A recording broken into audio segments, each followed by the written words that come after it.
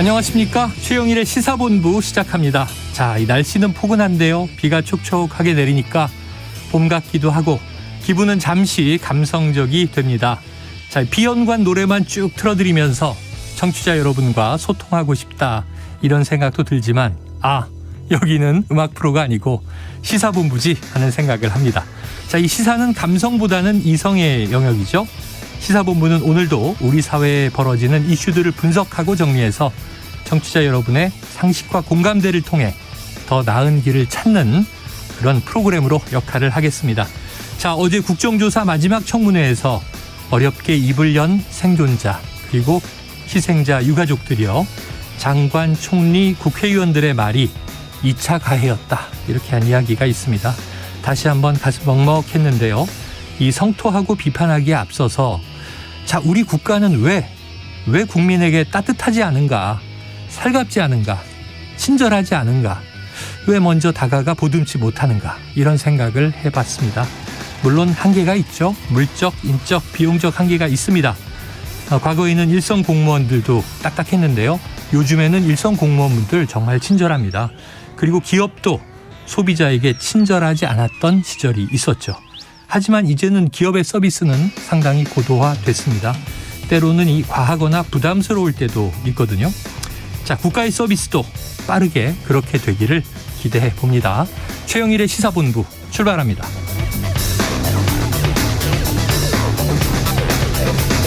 네, 1부에서는요. 오늘의 핵심 뉴스를 한입에 정리해드리는 한입뉴스 기다리고 있고요. 2부에서는 화제의 인터넷 뉴스를 다뤄보는 스트릿 뉴스 파이터 준비되어 있습니다. 이번 한 주간 놓치면 안 될 뉴스를 더 자세하게 알아보는 장윤선 기자의 주간 이슈. 이어서 스포츠 본부까지 만나보겠습니다.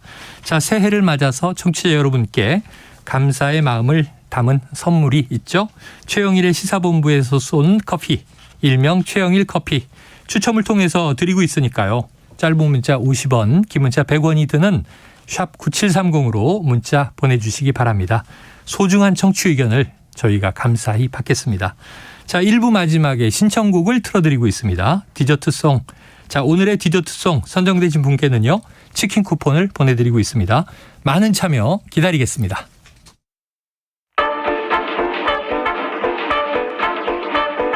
최영일의 시사본부 한입뉴스.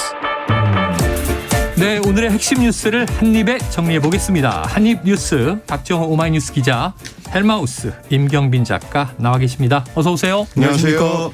자, 정부가 일제강제동원 피해자 배상 판결 문제를 풀기 위한 해법으로 제3자 변제 이런 안을 내놨는데 이게 논란이에요?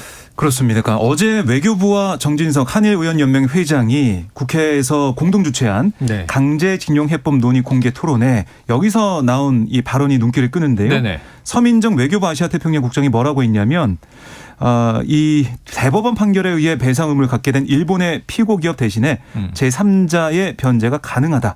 이렇게 얘기를 했고 또 제3자 변제를 통한 해결에서 이 강제동원 피해자 지원 재단이 지급 주체가 될 수 있다. 이런 얘기를 했어요. 그리고 이제 조현동 외교부 1차장도 개회사에서 뭐라고 했냐면 우리가 결단력 있는 한 걸음을 내디디면 일본도 여기에 호응해서 발맞춰 미래로 나아갈 수 있기를 기대한다. 이렇게 얘기를 했는데 이런 정부 인사들의 발언을 종합적으로 밀어볼 때 정부가 조만간 일본 기업의 배상금 대신에 재단이 국내 기업의 기부금을 모아서 피해자들에게 전달하는 내용을 좀 골자로 하는 해법을 발표할 걸로 보인다. 이렇게 관측이 나오고 있거든요. 그러니까 일본 피고 기업이 지금 어떤 형태로든 배상금 지급을 위한 재원에 기여하는 거 이걸 극도로 꺼리고 있어요. 네. 이런 상황에서 우리가 좀 먼저 다가간다. 뭐 이런 의미를 담고 있는 것 같은데 일단 포스코 등 이제 한국의 이 청구권 협정 수혜 기업 위주로 재원 조성이 이루어질 수 있는 게 아니냐 이런 얘기가 나오고 있습니다. 자, 임 작가님 이게 가장 논란이 큰 부분. 결국은 이 그림 어디에도 일본 정부나 일본 기업이 들어있지가 않아요. 그렇습니다. 그러니까 왜냐하면 이게 책임, 사과도 해야 하고 배상도 해야 하는 주체는 일본 쪽인데 자, 이게 면책되는 거예요, 그럼?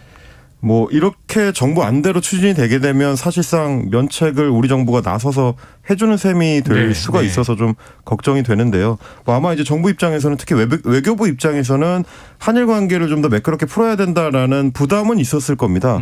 뭐 이게 이제 2015년에 있었던 위안부 강제 합의, 사실상의 강제 합의와 준하는 어떤 상황이라고 이제 판단을 하고 있는 것 같아요. 그 당시에도 오바마 미국 행정부가 이제 우리 정부를 굉장히 좀 압박을 해서 일본하고 풀어라. 그 결과로 이제 이 위안부 합의가 나왔다가 굉장히 큰 파열음을 이제 겪게 되는데 지금 상황도 이제 북한의 군사적 도발 위협이 좀 높아지는 상황이라서 뭐 한일 사이의 어떤 관계를 좀 매끄럽게 풀어야 된다는 압박을 받고 있는 걸로 보입니다. 근데 지금 말씀하신 것처럼 문제는 뭐냐면 지금의 정부 조치대로 되면 가장 근본적으로는 대법원이 배상 판결을 내렸던 어떤 법 정신, 기본적으로 왜 그런 판결을 내렸는지에 대해서 자칫하면 배신하는 결과가 될 수도 있다는 거. 그리고 이제 일본군 위안부 문제를 포함해서 일본이 이제 제국주의 시절에 저질렀던 식민지 이제 강제 법적 그 불법적인 통치 행위라든지 혹은 그에 따른 전쟁 범죄들, 반인륜적인 범죄들에 대해서 면책해주는 셈이 될 수 있다. 이제 이거는 이제 결국은 우리 헌법 정신과 맞지 않는 부분이 되는 거거든요. 이거를 과연 이제 정부가 피해자들을 충분히 설득해낼 수 있겠냐. 벌써 피해자들은 어제 이제 있었던 공청회에서도 뭐 매국노라는 단어까지 이제 사용을 해가면서 말이 안 된다. 이제 이런 주장을 하고 있는 상황이라 설득이 좀 쉽지 않아 보이고요. 또 한 가지는 뭐냐면 그동안 우리 정부의 입장이나 우리 헌법재판소나 대법원의 입장하고 배치된다는 겁니다. 왜냐하면 지금 이제 이 재단에 돈을 출연하는 그 기업으로 포스코가 지목이 되고 있는데 이전에 이제 포항제철이었죠. 그러니까 결국 이제 포항제철을 지목한 이유는 65년에 한일 청구권 협정 때 우리가 일본으로부터 뭐 보상을 일부 받고 뭐 차관을 받았던 거 그 돈을 포항제철을 일구는데 상당히 사용을 했으니 그때 수혜를 받았으니까 지금 이제 그걸 좀 갚아라 이런 의미거든요. 근데 그건 반대로 얘기하면 뭐냐면 결국 일본이 그동안 주장해왔던 그대로 한일 청구권 협정을 통해서 민간인들의 청구권도 다 해소가 된 거다. 그런 일본의 입장을 거의 공인해주는 셈이 되기 때문에 그동안 이제 한국 내에서 알아서 하시오. 당신들끼리 해결하시오 이랬잖아요. 우리는 이미 65년에 청구권 협정으로 그걸 털었으니까 한국 국내 문제로 알아서 처리를 해야 된다라는 일본의 입장을 사실상 그대로 반영하는 걸로 보일 수가 있기 때문에 중장기적으로 굉장히 좀 우리가 국제사회에서 이 일본의 전쟁 범죄 문제를 제기하는 데 있어서 큰 걸림돌이 될 가능성이 있다. 이런 것까지 좀 종합적으로 고려하면 이 조치가 이렇게 시급하게 서둘러야 되는 사안인가? 이게 단순히 이제 피해자 유가족들만의 문제는 아닐 것 같습니다. 그러니까 최소한 이런 생각이에요. 박정호 기자가 이제 임경미 작가를 때렸잖아요. 그래가지고 법적으로 이제 배상하고 또 인간적으로 사과도 해야 되는데 이 박정호 기자가 전혀 움직이지 않고 있으니까 저 최영일이 임경미 작가한테 배상금도 내드리고 사과도 드리겠습니다. 그러면 최소한 박정호 기자가 사과는 내가 한다. 미안하다. 그리고 지금 돈이 없으니 나중에 최영일에게 내가 갚겠소. 이 정도만 돼도 삼자 변제라는 말이 성립이 되는데 그렇습니다. 일본은 아무 말을 안 하고 있으니까 이게 해법이 되느냐 이거죠. 그리고 이게 이제 단순히 일본 기업과 우리만의 문제가 아닌 것이 기존의 대법원 판결에 따라서 일본 기업들은 배상을 하려는 움직임이 실제로 있었습니다. 근데 이제 그걸 막았던 게 아베 전 총리 시절의 일본 정부였거든요. 사실상 일본 정부의 압박에 의해서 이 문제 해결이 정부가 하지 마. 안 되게 된 거라서 이거는 일본의 정부 입장에서의 공식 입장이기 때문에 우리가 이거를 좀 정확하게 정리하지 않으면 장기적으로 이제 큰 걸림돌이 될 우려가 있습니다. 해법 자체보다는 이제 일본의 태도와 일본의 이제 이 사안에 대한 메시지가 지금 중요하다는 생각입니다. 일본 정부는 현실적이다 이런 평가를 내놨다는 일본 현지 보도가 나오고 있어요.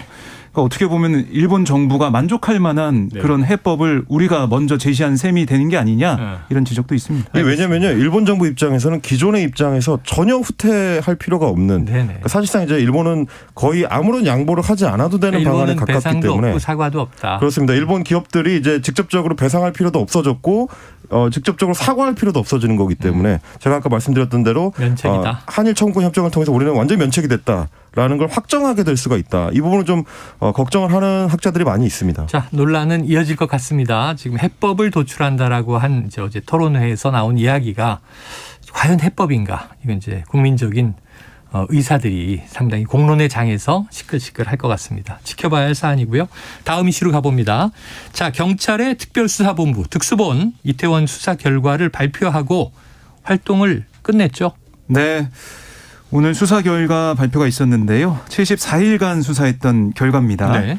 그래서 지금 박희영 용산구청장 또 이임재 전 용산서장을 비롯해서 총 23명을 업무상 과실치사상 혐의 등으로 검찰에 넘겼어요. 그리고 이제 특수본이 판단한 것은 이번 참사가 관할 지자체와 경찰 또 소방 등 법령상 재난안전 예방 대응 의무가 있는 기관들이 네. 사전에 안전대책을 수립하지 않거나 또 부실한 대책을 수립하는 그런 예방적 조처를 하지 않아서 발생한 인재다라고 판단했습니다. 네. 그다음에 참사 이후에도 기관별로 법령과 매뉴얼에 따른 인명 구조나 현장 통제 이게 이루어지지 않았다라고 설명을 했고요. 특히 이 기관들의 이러한 과실이 중첩돼서 다수의 희생자가 발생했다라고 보고 각 기관 소속 공무원들을 업무상 과실치사상 혐의의 공동 정범으로 묶었습니다.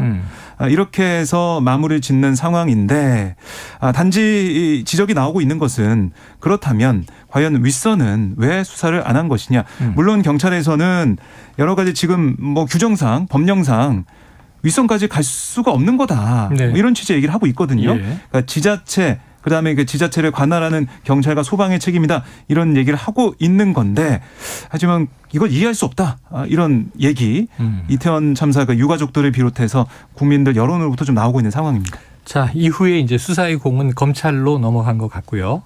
검찰에서는 과연 윗선 수사가 가능할까? 이런 문제가 벌써부터 주목받고 있는데. 그렇습니다. 지금 박종 기자님 짚어주신 것처럼 사실 이제 특수본이 발표한 수사 결과에 어떻게 보면 모순점이 내재돼 있다고도 할 수 있겠는데요. 지금 얘기한 것처럼 예방적 조처를 각 기관들에서 제대로 세우지 않았기 때문에 발생한 예고된 참사다라는 게 특수본의 입장이라면 그 예방적 조처를 결정하고 미리 그걸 받았어야 하는 각 기관의 장들은 그러면 어떤 책임을 지게 되는 것이냐 하는 문제가 맞닥뜨릴 수밖에 없습니다.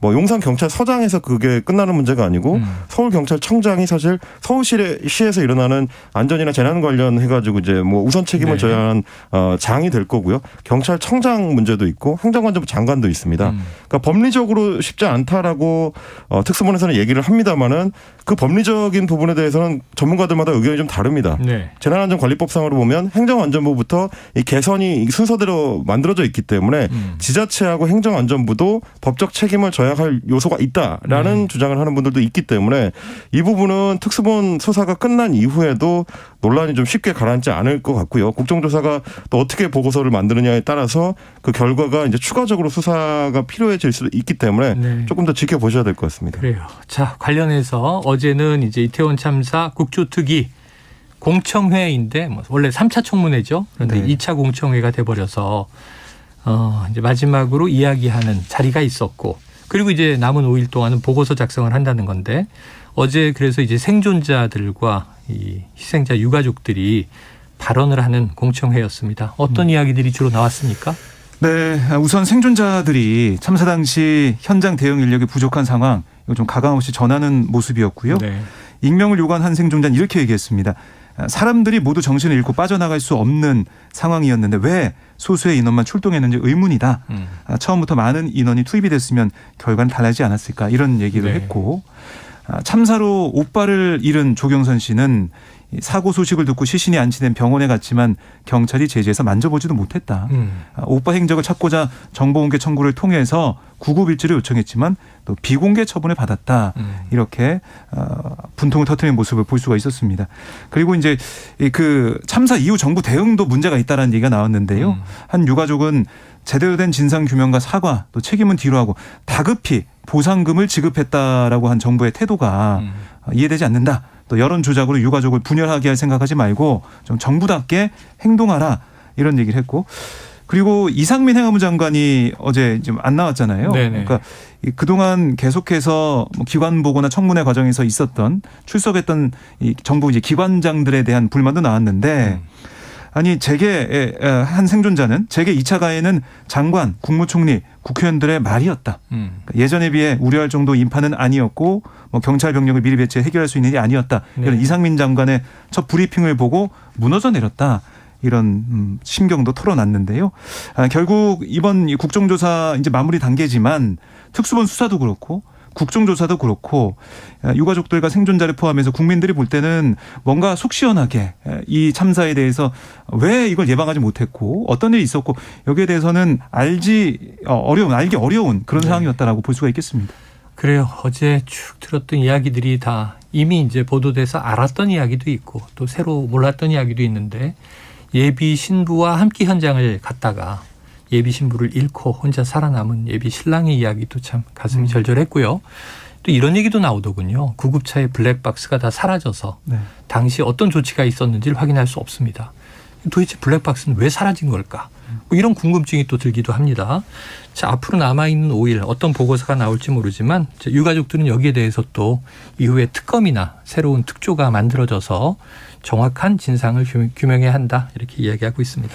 저희도 사실 매일 관련된 보도 내용들을 전해드리면서 뭐 이제 국정조사가 마무리 수순에 들어가기 때문에 정리를 해보자면 이게 이제 특수본 수사하고 국정조사의 연계성이 네네. 거의 제대로 작동하지 않았다라고 볼 수 있을 것 같습니다. 원래 국정조사가 이제 가장 효과적으로 작동이 되려면 특수본처럼 이제 현장에서 직접 수사해서 수사 자료들을 계속해서 이제 공급하는 역할을 하는 쪽에서 국정조사위원단 쪽으로 이 자료들이 이제 충분하게 빠른 속도로 공급이 돼서 그걸 이제 분석해서 사고 원인이라든지 조치의 미흡함이라든지 이런 거를 이제 정확하게 밝혀낼 수 있었어야 되는데 실제로는 지금 특수본 수사가 진행 중이기 때문에 관련 자료를 제공할 수 없습니다라는 핑계로 좀 활용되는 네네. 측면들이 좀 강했고요. 그러다 보니까 이제 뭐 야권의 그 국정조사 특위위원들은 그런 얘기도 합니다.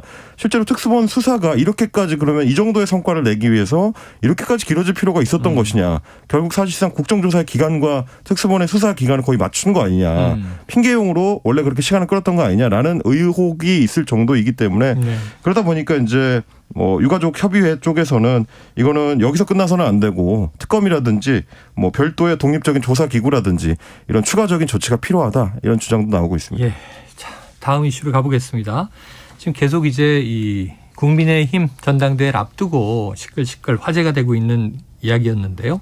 나경원 전 국민의힘 의원, 저출산 고령사회 위원회 부위원장, 지금 저출산 고령사회위원회 부위원장직 이 사직서를 서면으로 제출을 했네요. 네, 그렇습니다. 참 이 나경원 전 의원에 대한 보도가 계속 이어지고 있어요. 연일제. 그렇습니다. 예, 시끌시끌. 그러니까 이게 이 저출산 고령사회위원회 부위원장직 사직을 하겠다 사의를 표명했는데 이게 이제 대통령실에서는 아니 행정적 절차가 뭐 시작이 안 됐다 이렇게 얘기를 했어요. 네네. 그러니까 사직서가 제출이 안 됐다는 거죠. 그러다 보니까 나 전 의원이 뭐 결국에는 이렇게 시간을 계속 뭐 보면서 여러 가지 뭐 정치적으로 풀리는 그런 쪽으로 가지 않을까 했는데 나 전 의원이 정말 행정적 절차에 들어간 겁니다. 사직서를 대리인을 통해서 이 저출산위원회에 제출했다라고 지금 알려지고 있고요. 그러면 과연 이 접수된 이 행정적 절차를 어떻게 처리할 것이냐 이게 지금 남아 있는 건데 네네. 대통령실에서는 결국 이걸 계속 둘 것 같아요. 오늘 대통령실 관계자 얘기를 들어보면 뭐라고 했냐면 아니 지금 14일부터 6박 8일간 이 해외 순방이 잡혀 있는데 지금 각 부처 업무 보고와 순방 준비로 대통령실이 계속 이제 바쁘다. 그러니까 깊숙하게 이 사안 그러니까 저출산위원회 이 부위원장 사직서에 대해서 뭐 논의할 그런 상황이 아니다 이렇게 얘기를 했어요. 이 말은 뭐냐면 해외 순방 다녀올 때까지 이걸 결정되지는 않을 거다. 야. 계속 21일 귀국 예정인데 보류로 들 것 같다 이런 생각이 듭니다. 21일 귀국 예정인데 그 이후에 바로 또 이제 설 명절 연휴로 들어가잖아요. 네. 자, 나 전 의원의 이제 당대표 출마 가능성 이게 궁금한데 사직서 제출 후에 SNS에 글을 남겼다면서요. 그렇습니다. 이 사직서 직접 제출과 페이스북에 올린 글까지를 이제 내용을 엮어서 네네. 생각을 해보면 사실상 출마 쪽으로 마음을 굳힌 것이 아니냐. 그래요. 좀 이렇게 읽히는 대목들이 좀 있습니다. 말씀하신 것처럼 이제 윤석열 대통령이 해외 순방을 갔다 오고 나면 곧바로 설 연휴 기간에 돌입을 하기 때문에 그동안은 윤석열 대통령이 굉장히 좀 애정을 갖고 있다라는 메시지가 대통령실에서 나오기도 했었고 사의를 받지 않을 것이다. 그렇습니다. 그리고 이제 그 사의 표명이라는 게 일단은 홀드시켜 놓는 것이다. 그러니까 멈춰 놓는 것이다. 이런 메시지가 나왔던 것도 사실상 공을 나경원 부위원장한테 다시 이제 보낸 거였거든요. 네네. 뭐 나가려면은 지금 이 상태에서 스스로 출마 선언을 하고 그 뒤에 정치적인 파고를 스스로 견뎌라. 뭐 이런 쪽의 메시지에 가까웠다면 나경원 부위원장이 결국 사직서를 공식 제출했고요. 네. 그렇다라는 얘기는 이제 다시 공을 대통령 쪽으로 넘긴 네네. 셈이 됩니다. 그리고 이제 오늘 SNS에 올린 글을 보면 바람에 나무가 흔들려도 숲은 그 자리를 지키고 바위가 강줄기를 막아도 강물은 바다로 흘러갑니다. 라는 메시지. 이게 이제 2019년 12월에 원내대표직을 갖고 있었던 나경원 전 원내대표 시절에 물러날 때 그때 냈던 메시지를 다시 가져온 겁니다. 그래요. 근데 이제 막고 있는데도 불구하고 앞으로 나아간다는 지금 메시지이기 때문에 이게 사실상 그동안 이제 친윤계 쪽에서 나경원 네네. 부위원장이 부위원장이 출마하면 안 된다라고 했었던 거에 대한 일종의 반발 메시지가 아니냐 또 이렇게 생각이 되고요. 그러면서 굉장히 좀 중요하게 보이는 게 함부로 제 판단과 고민을 추측하고 곡해하는 이들에게 한 말씀 드린다라고 하면서 나는 결코 당신들이 진정으로 윤석열 대통령, 윤석열 정부의 성공을 위한다고 생각하지 않는다라고 했는데 이 진정으로에 또 따옴표를 별도로 붙였습니다. 그래요. 그러니까 친윤이라고 주장을 하고 이른바 친윤 윤석열 그룹에. 대통령을 뭐 위하는 목적으로 말한다고 하지만 실제로는 그 마음속에는 진정성이 없다. 반대로 뒤집어 말하면 진정성이 있는 친윤은 나 자신, 나경원 부위원장 자신이다. 그러니까 이제 그런 친윤 반윤을 넘어서서 네. 출마를 하더라도 결국 윤석열 정부의 성공을 위한 것이다. 라는 메시지가 이제 담겨 있는 걸로 보이기 때문에 네. 아마 설을 전후해서 본격적인 행보에 나서지 않을까 좀 점쳐집니다. 자, 어떤 이제 압력이 세게 가해졌을 때 보통 주저앉느냐, 그걸 이제 돌파하느냐인데, 자, 새로운 국면이 또 전개될 것 같습니다. 아이고, 지켜볼 문제들이 굉장히 많아지네요. 자, 지금 12시 41분을 넘어서 금요일 점심시간, 오늘 또 비도 많이 왔습니다. 점심시간에 교통 상황을 알아보고 이어가도록 하겠습니다. 교통정보센터의 오수미 리포터 나와주세요. 네, 시각 교통정보입니다. 오늘 빗길에 돌발 소식이 잦은 편인데요. 먼저 서울 시내 올림픽대로 공항 쪽으로만 2건의 사고가 있습니다. 청담대교를 지난 1차로에 사고가 있고요. 또 여의교 부근 4차로에서도 추돌 사고를 수습하고 있는데요. 각 사고의 여파와 함께 교통량도 많아서 청담대교부터 여의도까지 가는데 30분 넘게 걸리고 있습니다. 강변북로 일산 가는 길로는 반포대교 부근 4차로에 고장난 차가 서 있어서 부근으로 서행 중입니다. 남부권 고속도로에서도 사고 소식 들어와 있습니다. 남해고속도로 순천 방향으로 창원 2터널과 진주 2터널에서 각각 사고가 있습니다. 각 구간 사고의 영향을 받아 밀리고 있고요. 남해 제1고속도로 지선 창원 방향으로는 내서 분기점 부근 3차로에 화물차 사고가 있고 남해 제2고속도로 지선 김해 쪽으로는 장유 부근 1, 2차로에서 사고를 처리 중이라 주변 혼잡하니까 잘 살펴 지나셔야겠습니다. KBS 교통정보센터였습니다.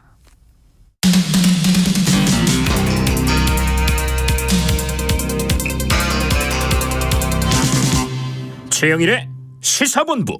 네, 다음 소식으로 가보겠습니다. 화천대유 대주주 김만배 씨 오늘 재판에 출석을 했는데, 자, 이게 극단적인 시도를 해서 그 회복을 기다렸다가 다시 열린 재판이죠? 그렇습니다. 오늘 김 씨가 서울중앙지법 형사합의 22부 심리를 열린 이 대장동 개발사업 배임 사건 공판에 나왔는데요. 네. 출석하면서 기자들에게 이렇게 얘기했습니다. 저로 인해 재판 일정에 차질이 생겨 진심으로 죄송하다. 저로 인해 무고한 주변 분들까지 곤란한 상황에 처하게 돼서 이 괴로운 마음에 극단적 선택을 했다. 네. 이렇게 얘기하면서도 앞으로 재판에 성실히 임하겠다라고 강조를 했습니다. 아울러 건강을 회복하도록 일정을 배려해 주셔서 깊이 감사드린다. 지금은 감정을 주스르고 생각을 정리해서 더 성실히 사법 절차에 임하기로 마음 먹었다. 또 재판 진행에 차질이 없도록 최대한 협조하겠다. 이렇게 덧붙였습니다. 네. 자, 뉴스타파가 어제 저녁에 이 홈페이지에 대장동 개발 의혹의 핵심 증거라고 지금까지 많이 얘기된 정영학 녹취록의 전문을 공개했습니다. 자, 임 작가님 많이 보셨을 텐데 이 네. 어떤 내용이 눈에 띄었습니까? 전문의 분량이 이제 1324쪽 분량이라서 하룻밤 사이에 다 읽어보기는 조금 네. 어려웠고요. 다만 이제 기존의 그 뉴스를 통해서 보도된 것들 중에서 직접 좀 눈으로 확인을 하면 충격적인 뭐 이런 것들은 좀 눈에 띄었습니다. 예를 네. 들면 일명 이제 50억 클럽 예. 그 명단이 직접 이렇게 그림이나 도표 같은 걸로 딱 보여지니까 그래요, 들어 있어요.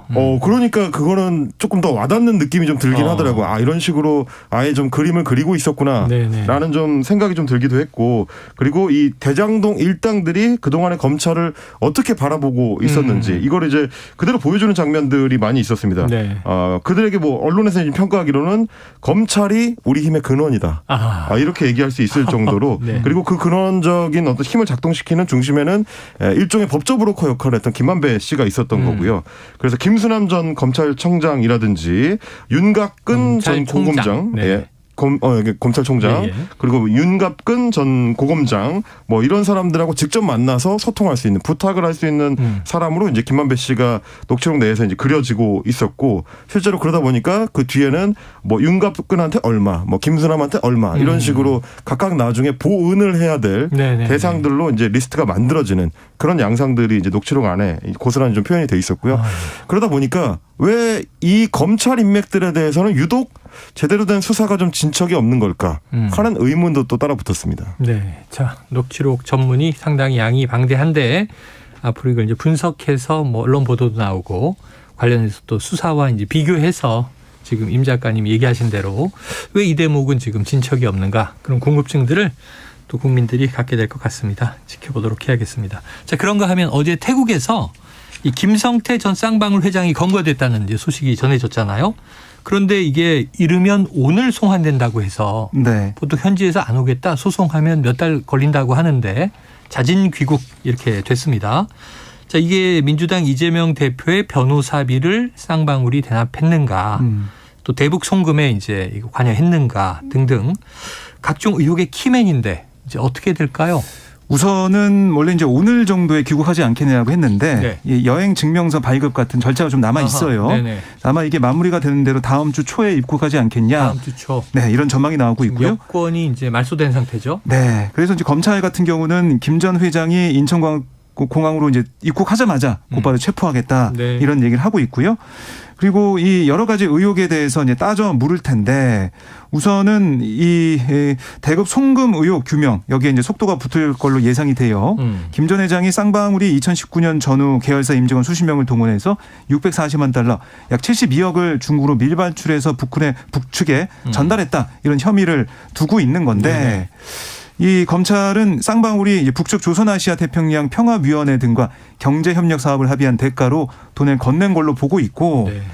또 이 대표의 경기지사 재임 기간 변호사비를 대납했다는 의혹 이것도 김 전 회장한테 좀 따져 묻겠다는 건데 이 대표의 2018년 공직선거법 위반 사건을 맡은 변호인들에게 이 쌍방울 전환사채 등으로 거액의 수임료를 대납했다 이런 의혹을 검찰이 가지고 있습니다. 네. 근데 이거는 뭐 의혹으로 지금 불거져 있는 상황이고 당사자가 이제 곧 귀국을 하기 때문에 여기 검찰에 어떤 얘기를 진술할지 또 아마 이제 진술된 내용이 언론 통해서 보도가 될 걸로 예상이 되는데 거기에 따라 또 이 전국이 좀 여러 가지로 흔들리지 않을까 이런 생각이 듭니다. 네. 이제 사실 김성태 전 회장 같은 경우는 뭐 관련된 인사들이 또 워낙에 많아요. 지금 이제 이재명 대표 쪽으로 중심돼서 얘기가 되고 있긴 하지만 변호인단에 이제 박찬호 변호사라든지 뭐 예전에 소위 말해서 이제 윤석열 사단에 속한다라고 했었던 검사 출신 인사들이 이제 상당수 포함되어 있는 걸로 이제 드러났기 때문에 그게 이제 어떤 효과를 발동시킬 것인가 이게 또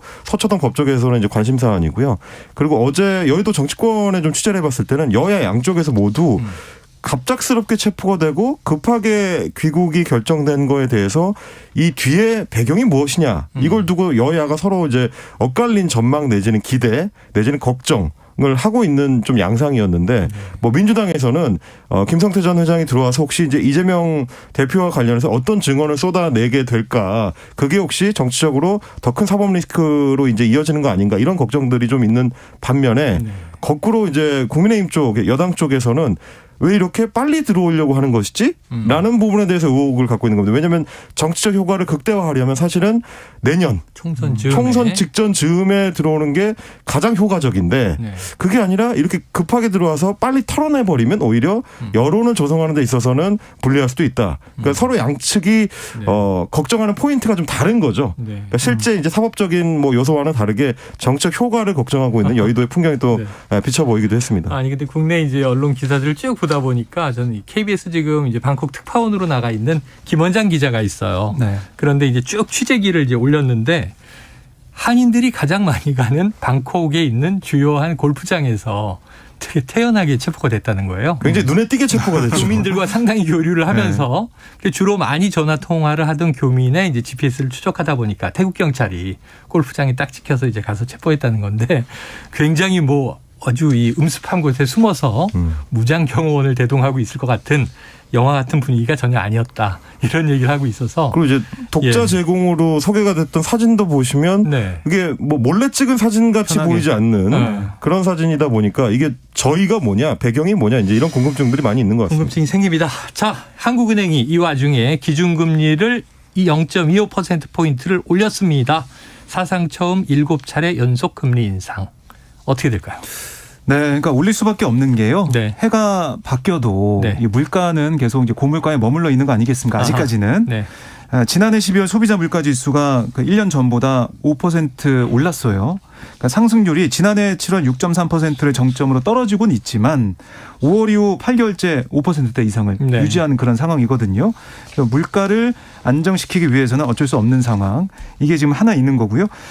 지난해 이제 물가점검 회의에서 한국은행이 어떤 얘기를 했었냐면 소비자 물가가 올해도 5% 내외 상승률 이어갈 거다 하고 전망했기 때문에 지금 이 흐름에서는 인상할 수가 없을 것 같은 상황이었고 그리고 향후 1년간의 소비자 물가 상승률 전망치에 해당하는 기대 인플레이션도 3% 후반으로 좀 높은 수준입니다. 네. 이걸 반영했고요. 또 한 가지는 미국의 이제 금리입니다. 그렇죠. 역전돼 있죠. 그렇습니다.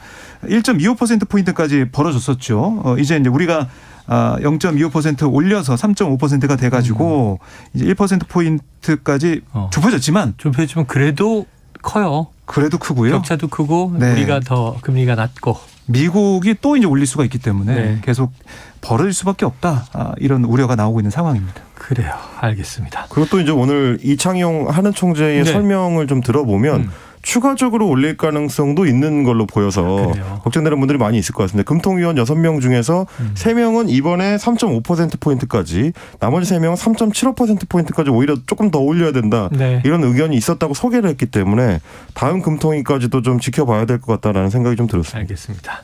자, 5.18 광주민주화운동에 참여한 시민을 북한군이라고 칭하며 명예를 훼손한 혐의로 재판에 넘겨진 오랜만에 등장한 이름인데요. 지만원 씨 실형이 확정됐다는 소식도 있고요. 그리고 이제 지금 전국에 비가 내리고 있기 때문에 이 지금 재난 속보도 일부 있습니다. 부산 동삼동 시간당 50mm의 집중호우가 내렸다고 하니까 이 침수 피해 주의하셔야 되겠다. 또 특히 이제 현지 주민들 주의하셔야 될 대목이 있겠습니다. 알려드리고요.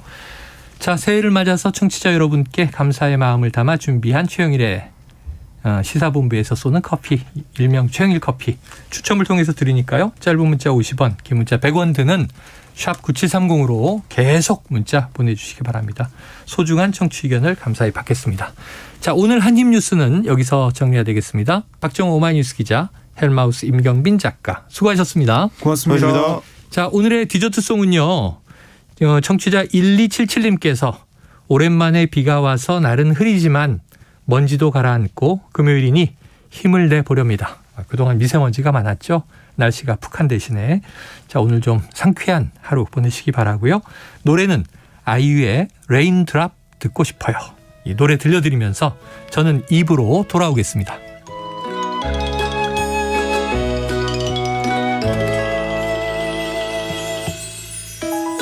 소나기가 내려온다.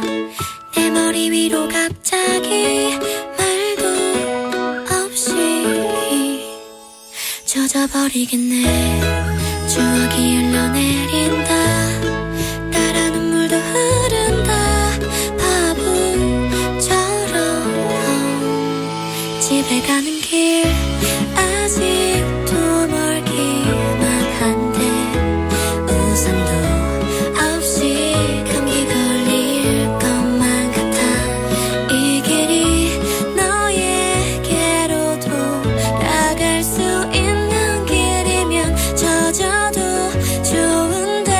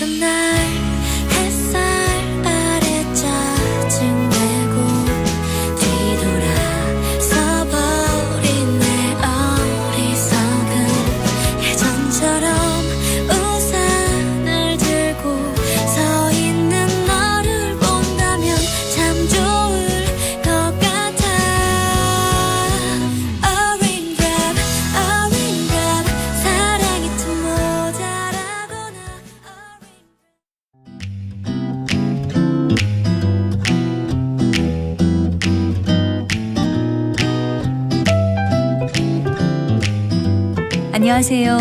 바른말 고운말입니다. KBS 1텔레비전에서 방송되고 있는 우리말 겨루기에서 나왔던 문제를 짚어보겠습니다. 오늘은 우리말 달인 도전 1단계 문제로 2개 중에서 맞는 표현을 맞히는 문제입니다. 먼저 복장 터지는 소리와 복창 터지는 소리 중에서 맞는 표현은 어느 것일까요? 여기서는 여러분이 예상하신 대로 복장 터지는 소리가 맞습니다. 복장은 가슴의 한복판을 말하고요. 관용구 복장이 터지다는 몹시 마음이 답답함을 느끼다를 뜻합니다. 이번에는 물을 연거푸 들이키다와 물을 연거푸 들이켜다 가운데 어느 것이 맞을까요? 들이키다로 알고 계신 분들도 많을 것 같은데요. 이 경우에는 들이켜다가 맞습니다. 들이켜다는 물이나 술 따위의 액체를 단숨에 마구 마시다란 뜻 외에도 공기나 숨 따위를 몹시 세차게 들이마시다란 의미도 있습니다. 그리고 비가 올런지 하늘이 컴컴하다와 비가 오른지 하늘이 컴컴하다 중에서 맞는 것은 비가 올른지입니다. 잘못된 표현 올런지를 쓰는 분들이 꽤 많던데요. 뭐뭐 을른지는 뒤절이 나타내는 일과 상관이 있는 어떤 일의 실현 가능성에 대한 의문을 나타내는 연결어입니다. 그런데 쓰는 것은 을는지이지만 발음은 을른지로 나기 때문에 을런지로 잘못 알기 쉬운 것이 아닌가 합니다. 바른말 고운말 아나운서 변희영이었습니다.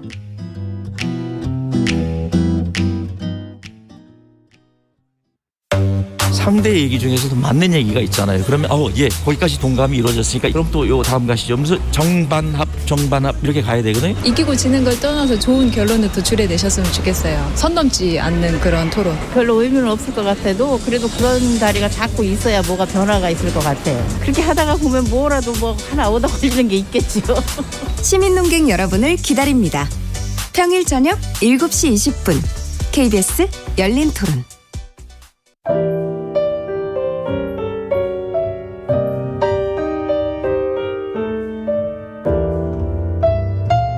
내일의 품격, 김성환의 시사야에서 챙겨가세요. 하루를 마무리하는 시간 꺼내보는 당신의 지식 창고. KBS 1라디오 김성환의 시사야. 평일 밤 10시 5분 여러분을 찾아갑니다.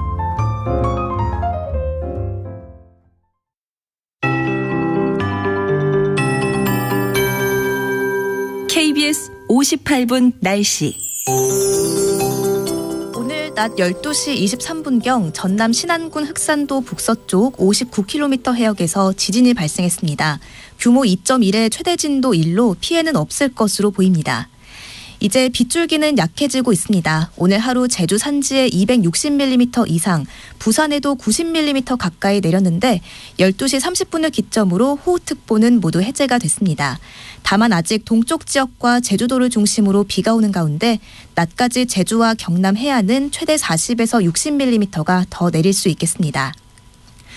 제주도의 강풍주의보도 해제가 됐지만 주말 동안 모든 해안에 바람이 매우 강하게 불겠습니다. 내일 저녁에 다시 특보가 발표될 가능성이 있고요. 주말에도 흐린 가운데 전국에 비나 눈이 오겠습니다. 특히 강원 영동을 중심으로는 월요일까지 많은 눈이 예보돼 있습니다. 강원 산지에 최대 70cm 이상, 강원 동해안에도 최대 40에서 50cm가 예상되고요. 경북 북동 산지에 10에서 30, 경기 동부와 충북 북부, 경북 북부는 주말 동안 최대 7cm의 눈이 오겠습니다.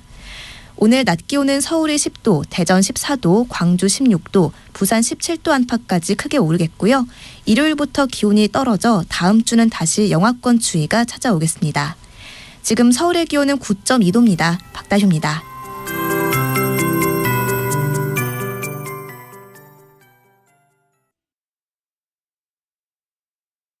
정성을 다하는 국민의 방송 KBS가 한시를 알려드립니다. AM 711kHz, FM 97.3MHz, KBS 1라디오입니다. HLKA.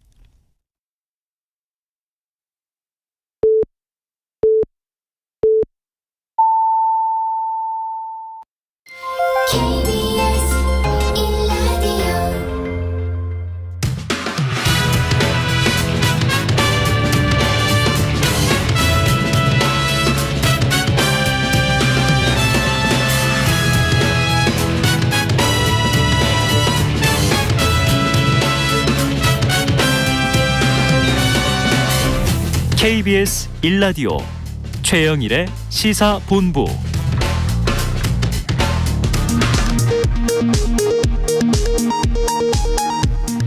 이 시각 라디오 정보센터 뉴스입니다.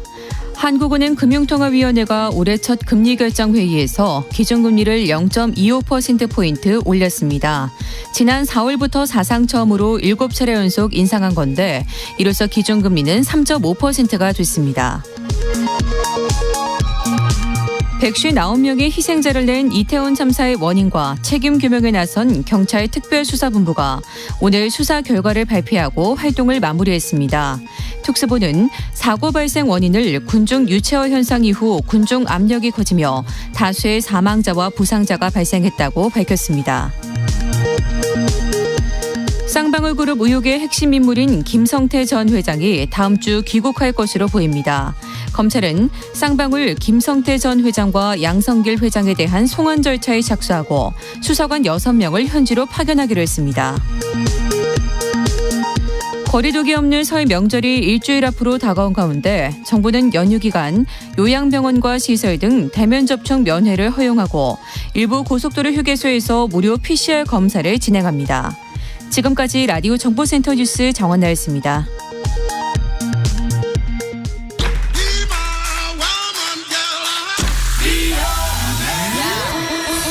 네, 인터넷에서 화제가 된 뉴스를 다뤄보는 스트릿 뉴스 파이터 시간입니다. 오늘도 조현정 시사평론가와 함께하겠습니다. 어서 오세요. 네, 안녕하세요. 자, 이 강원도 화천군에서요. 산천어 축제 이젠 뭐 많이 유명해졌고요. 네. 한창인데요. 겨울을 대표하는 지역 축제로 자리매김을 했다 이렇게 평가할 수 있겠는데 이 최근 몇 년 사이에 산천어 축제를 반대하는 목소리가 커지고 있다고요? 네, 다름 아닌 동물 학대 문제 때문인데요. 예, 서울대 수의과대학 연구팀이 전국 성인 남녀 1,000명을 대상으로 조사한 결과 응답자의 77%가 동물복지 개선을 위해서 정부 차원에서 조치를 취해야 한다라고 대답했습니다. 네. 주된 이유로는 동물에게 불필요한 고통을 주는 것이 비윤리적이다라는 대답이 71%, 네네. 동물을 무분별하게 다루는 것은 생명을 존중하지 않는 것이다라는 의견이 62%였습니다. 네네.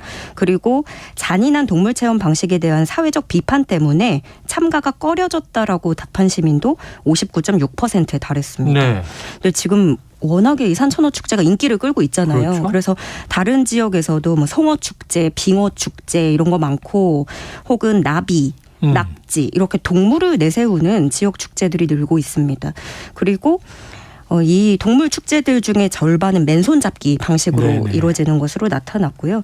동물권 보호단체는 이렇게 말을 합니다. 개나 고양이뿐만이 아니라 물고기도 명백하게 고통을 느끼고 있다라는 거죠. 그래서 어류 학대에 대한 사회적 관심을 촉구하고 있는 건데요. 사실 이 이면을 들여다보면 산천어는 화천군에서는 발견되지 않는 어류라고 해요. 네? 그래요? 네, 화천이 영서 지역이잖아요. 네네. 근데 원래는 수온이 섭씨 20도를 넘지 않은 영동 지역에 서식하는 종인데 축제를 하려고 강제로 이동이 되는 셈인 네네. 거죠. 그래서 그 이동을 이렇게 하고 또 쫄쫄 굶긴다고 합니다. 예. 왜냐하면 방문객들이 미끼를 던졌을 때 바로바로 물 수 있어야 되기 네네네. 때문에 강제로 굶게 하는 거죠. 아하. 그렇게 해서 23일간 축제에서 죽어가는 산천어의 양이 자그마치 171톤가량이라는 게 동물권 단체들의 주장입니다. 네. 이제는 그 동물권에 대한 인식이 높아지면서 이런 방식의 축제에 대해서 우려하고 고민하고 그런 목소리가 커지고 있는 건데요. 네. 그래서 원래 살고 있던 곳에서 강제로 옮겨지고 원래 거기 살고 있던 물고기들이 무슨 죄냐. 아이들이 좋아해서 간다고 하는데 사실은 교육적으로 더 나쁜 영향을 준다고 생각한다. 네. 이런 의견들이 대다수고요. 뭐 분명히 지역 상권을 살렸고 또 가족들이 다 같이 참가할 수 있는 축제를 어느 정도 발굴했다는 부분에 대해서는 뭐 부인할 수 없겠지만, 그러게요. 네. 근데 최근에는 이제 아쿠아리움이나 뭐 동물원에 대해서도 소비하지 네네네. 않으려 하는 분들이 계시고, 뭐 아이랑 갔는데 아이가 부모님한테 답답해할 것 같아요라고 뭐 말을 해서 부끄러웠다라는 경험도 많이들 하시더라고요. 그리고 뭐 맨손으로 붕어 잡기 이런 것도 그물로 떠가지고 이렇게 하는 것도 저런 거 없앴으면 좋겠다 하는 분들도 많으시고, 그런데 그 사실 환경부가 2020년에 서울대 수의과대학에 연구를 맡겨서 동물 이용 축제 가이드라인을 제작하기도 했었습니다. 네네. 그러니까 나름대로 이런 축제들을 좀 더 생태적이고 지속 가능한 방향으로 바꿔보겠다라는 취지였는데 가이드라인에는 운송부터 보관, 뭐 질병관리, 폐기까지 해서 지켜야 할 기준이 포함된 것으로 알려졌습니다. 특히나 이렇게 맨손잡기나 입으로 물기 이런 식으로 동물한테 고통을 주는 방식은 좀 제한해보자 하는 내용도 담겼다고 하는데요. 그럼에도 불구하고 이 가이드라인이 만들어졌지만 2년이 넘도록 비공개 상태예요. 왜냐하면은 이 가이드라인을 만들었다는 자체가 축제에 대한 부정적인 인식을 심어줄 수 있다라고 이제 지역 관계자들이나 이해 관계자들은 그렇게 우려를 하고 있는 거죠. 근데 지금 이 산천어 축제 화천에서 인기가 너무 많아가지고 안표에다가 매크로까지 등장을 했다고 해요. 광클릭을 해야 되는. 네, 그래서 올해만 벌써 6일 만에 42만 명이 넘게 다녀갔다고 하는데요. 그래서 이런 논란에 대한 인식은 앞으로 좀 계속 이어질 전망입니다. 계속 이어질 뿐 아니라 확대되면요. 네. 이게 지금 축제. 동물을 이용한 축제이긴 하지만 제가 과거에 서해에서 갯벌 축제를 이렇게 지켜보니까 그 아이들이 제일 좋아하는 게 그 개를 잡잖아요. 개를. 근데 개를 잡으면 다 가져가잖아요. 그럼 오후에는 개가 없어요. 그럼 개를 또 이렇게 실어다가 갯벌에 그것도 이렇게 실어 뿌려놓고. 네네네. 그런데 이게 축제뿐이겠습니까? 그럼 낚시는 어떡하죠? 낚시? 그 사실 낚시에 대해서도 이제 한국인이 굉장히 많이 또 좋아하는 취미 엄청 생활인데. 많이 좋아하시더라고요. 근데 그것도 이제 유희에 대해서는 좀 자제해라 이런 목소리가 분명히 있긴 합니다. 낚시 자체가 유희 아닌가요? 생계형 어부도 빼고. 지금 여러 가지 문제가 있어요. 동물원, 아쿠아리움. 그래서 제가 좀 광고를 보면 저희는 동물복지 방식으로 키운 가축을 사용합니다 하는데 결국은 먹잖아요. 결국은 식품을 만들어서 먹는데 물론 이제 그 살아있는 과정에서의 불필요한 학대는 안 된다고 봅니다만 참 이 논란은 앞으로 여러 가지 범위가 확대될 거다 이런 생각이 듭니다. 다음 이슈 보죠. 자, 러시아로 귀화했던 빅토르 안 국내 복귀를 추진한다고 알려지면서 또 곱지 않은 시선들도 이어졌습니다. 성남시청 빙상팀의 코치직 채용에 지원하고 면접도 봤다. 어떻게 됐습니까? 네, 어제 12일 면접에 응시를 하고 오랜만에 이제 카메라에 잡혀서 뭐 기자들 질문도 이제 가고 했는데 거기에는 대답은 안 했고요. 안현수 선수 그 빅토르 안이라고 하면은 두말할 것도 없이 국민 지지를 받은 간판 선수였잖아요. 2006년 토리노 올림픽 3관왕을 했었고 그러다가 2010년에 소속팀인 성남시청이 재정 문제로 해체하면서 뛸 곳이 없어졌고 이듬해인 2011년에 러시아로 귀화를 합니다.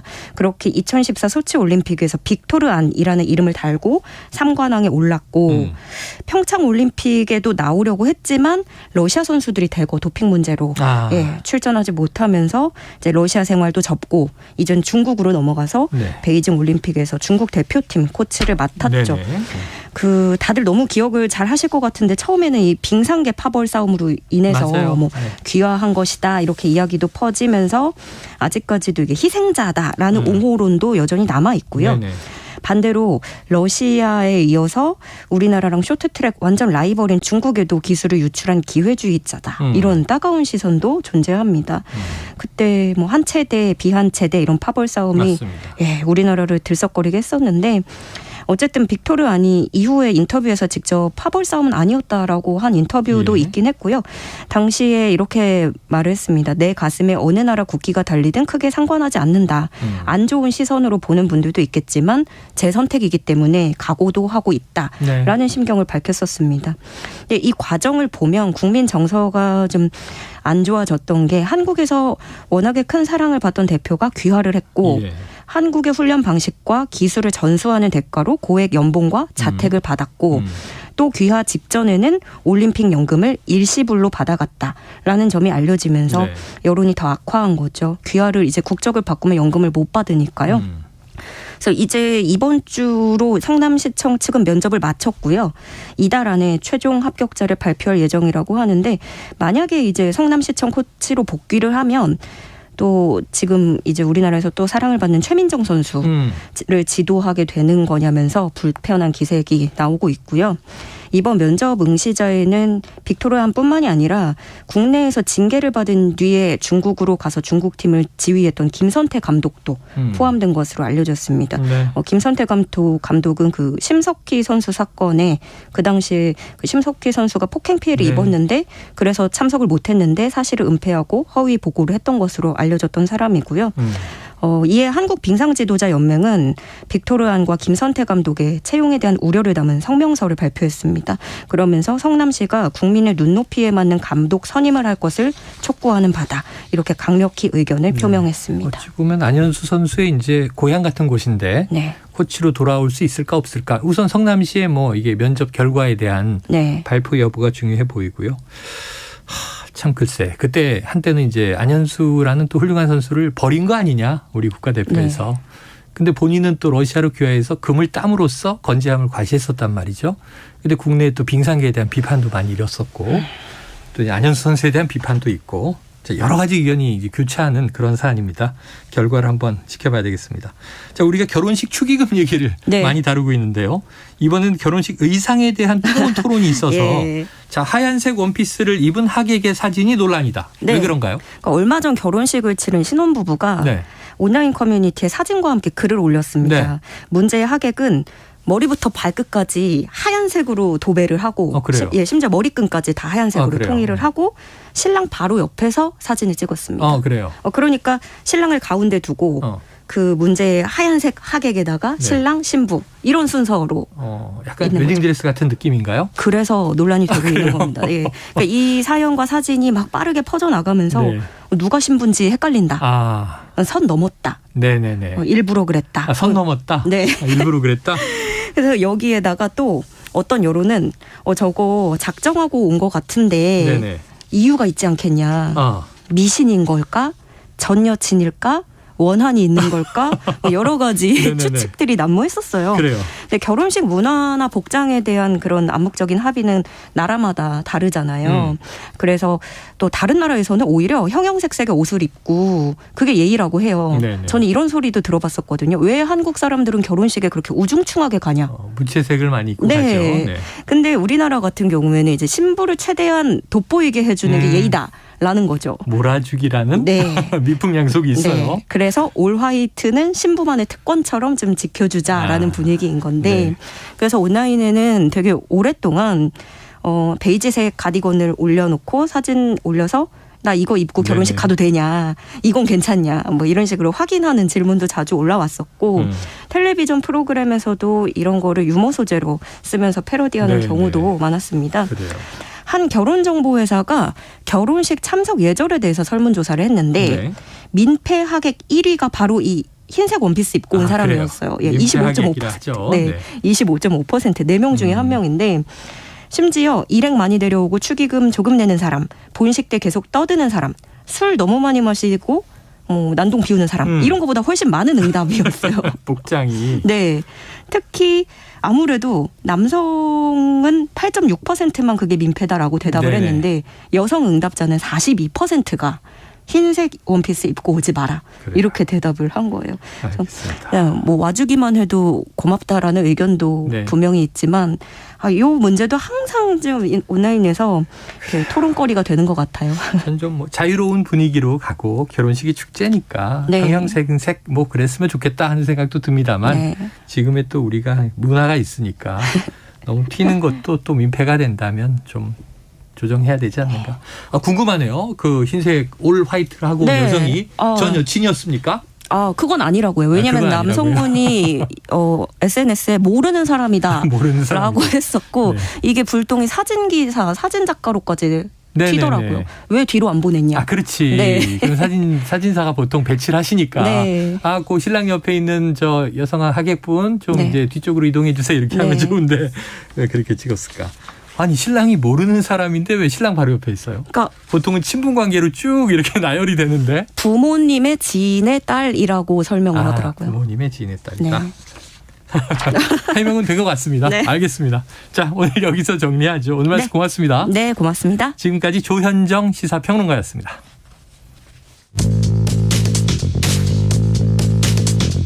최영일의 시사본부는 여러분과 함께합니다. 짧은 문자 50원, 긴 문자 100원이 드는 샵 9730. 라디오 어플 콩과 유튜브는 무료로 참여하실 수 있습니다.